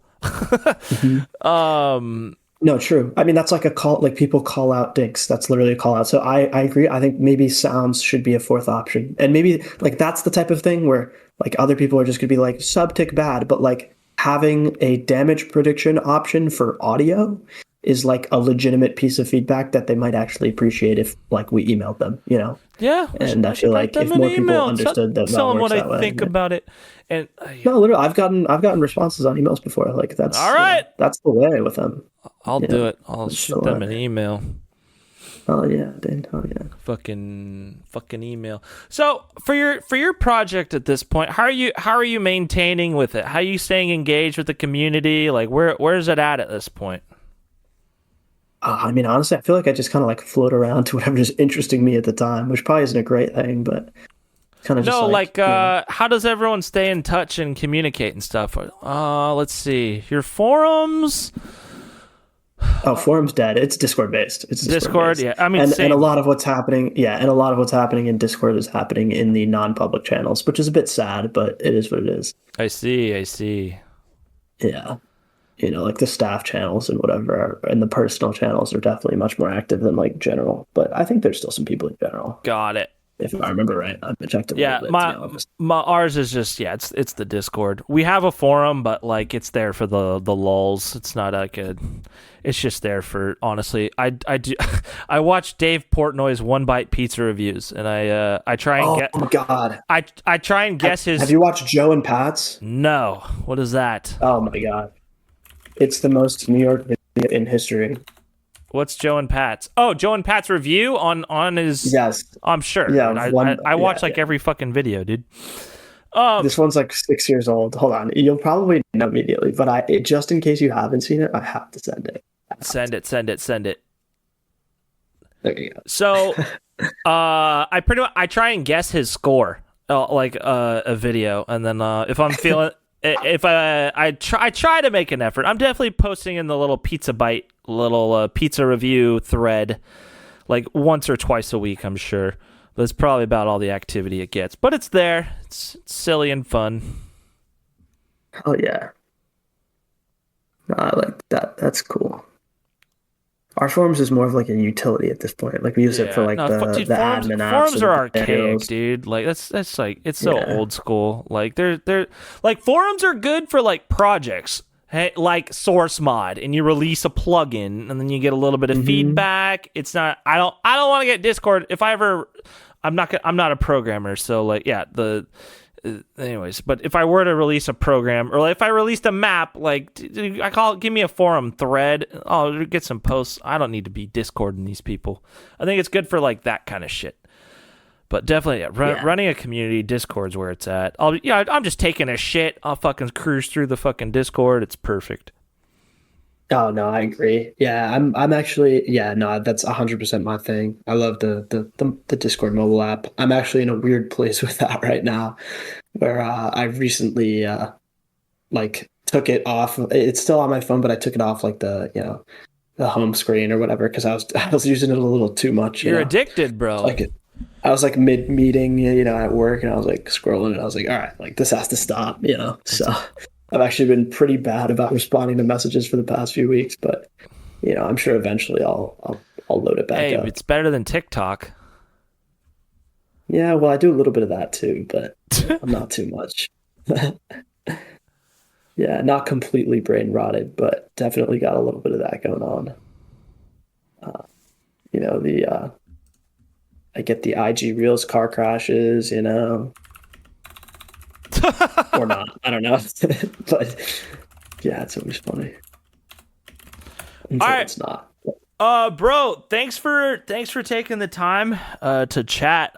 This is actually the first time we've ever even like met each other, so thanks for like even just hopping on the pod and sharing all your stories and stuff about the Karma servers.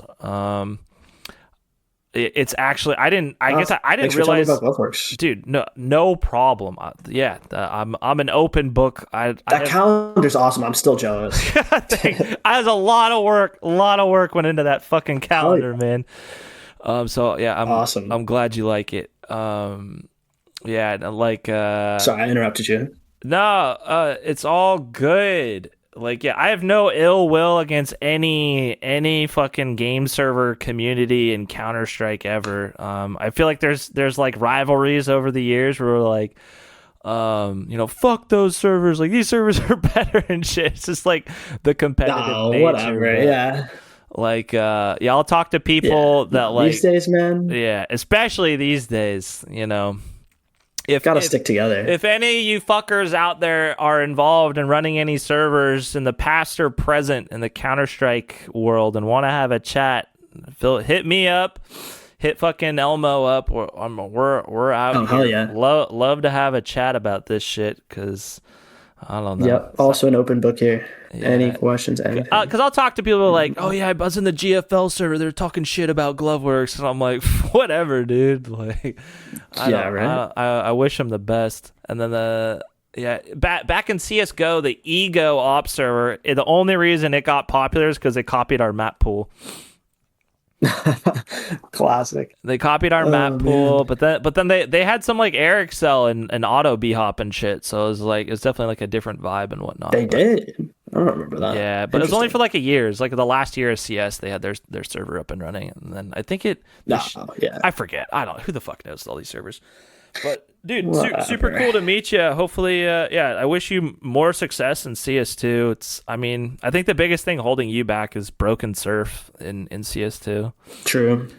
True. Because Yeah, great to if chat. they fix surf, like there's like then combat surfing is totally back, right? Like Yeah, I mean, it would be some work, yeah, but that's the main thing for like sure. just because right now surfing in CS2 is just fixed by a server plugin, right? It's like the error was Kind made, or of. you hit the edge bug and then it puts you back to where you would have been. Like it predicts where you would have been and then puts you there, right? Yeah, but even that, it can only do so much. And that plugin did already exist, but now it's like, yeah, I actually didn't talk about the surf glitch. Whoops. Last thing. Yeah, it's like and that plugin did exist in CS:GO too, but it wasn't like there weren't as many bugs to begin with, so it has to do more corrections than it did before. The corrections are more drastic than it did before. And there's still some times when it just fails. So like overall combined, it just leads to a way less pleasant like surf experience. You know, and when you combine some specific aspects of combat surf, right? Like you have to think about the models and the animations, right? Yeah. And the fact that, there's legs now and they're always flopping around and the way that the torso moves when you're surfing, right? You're right. Yeah, it's overall a very, I didn't think about shooting yeah. someone while they're like halfway sideways on the Yeah. Is the It's hitbox very fucked goofy. up? Like Yeah, I would say that the hit registry is better, but the hit boxes are fucked. Yeah. that's crazy. I didn't even think about that. Yeah, so it's tough right now. The surf bit glitch is definitely the biggest thing, and I'd love to see that fixed. Also for the speedrunning guys too, for their sake. Yeah. But even past that, there's a couple other challenges too, but that's definitely the biggest. So here's hoping. Maybe someday. Have you Roblox surfed? Yes, I have. And there also is Roblox Surf is cool, underrated. And there's also nowadays there's Roblox Combat Surf, which is a whole other. Damn. It's not me. It's not me. It's this other group. And it's an interesting. Is it place. good? It's okay. Yeah. It's okay. All right. Fair enough. Yeah. It's not awful, but it's definitely not perfect either. It's not as good like this like surf timer, like the speedrun surf in Roblox is on a relative basis much better, like like it's much closer to real surf speedrunning than the Roblox combat surf is to real combat surf, if that makes sense. Like the gap is wider for PvP than it is for speedrunning. But we'll see though. I mean, they've got like some developers over there. They've got some players over there. Like the initial hype has died down, but it seems like there's still some good stuff in the works over there too. So that could be another opportunity. We'll see. We'll still be around here and there. So we'll figure something out. Well, one cool. Of these days. And I don't know whoever the guy is that made the frag surf. Props to him. So. Yeah, Craze. Yeah, shout out to Craze. I don't know, should I plug? Whatever. Like 100 people will probably see this. So Frag Surf on Steam. Yeah, go check that out. For checking it out. Go check out mygloveworks.com. Go check out karma-gaming.net. And then if you want the IP addresses, Karma Gaming Service, karma-gaming.net. At the top, click on Source Bands and scroll down a little bit. You'll see the IP addresses of the 1v1 arena right there. Even though it's karma-gaming.net, port 27017. That's a great plug. Thank you. Yeah, I mean, yeah, shit. If you're gonna want to, I'm not a big 1v1 guy, but I'll definitely go hop on there and check it out and shit. So, yeah, give it a try. Badass. All right, Elmo. Well, thanks for hopping on the pod. Nice to meet you, sir. And I'm sure we'll catch you around on the internet somewhere. Yep. Thanks again. Best of luck. All right. Peace out. Peace.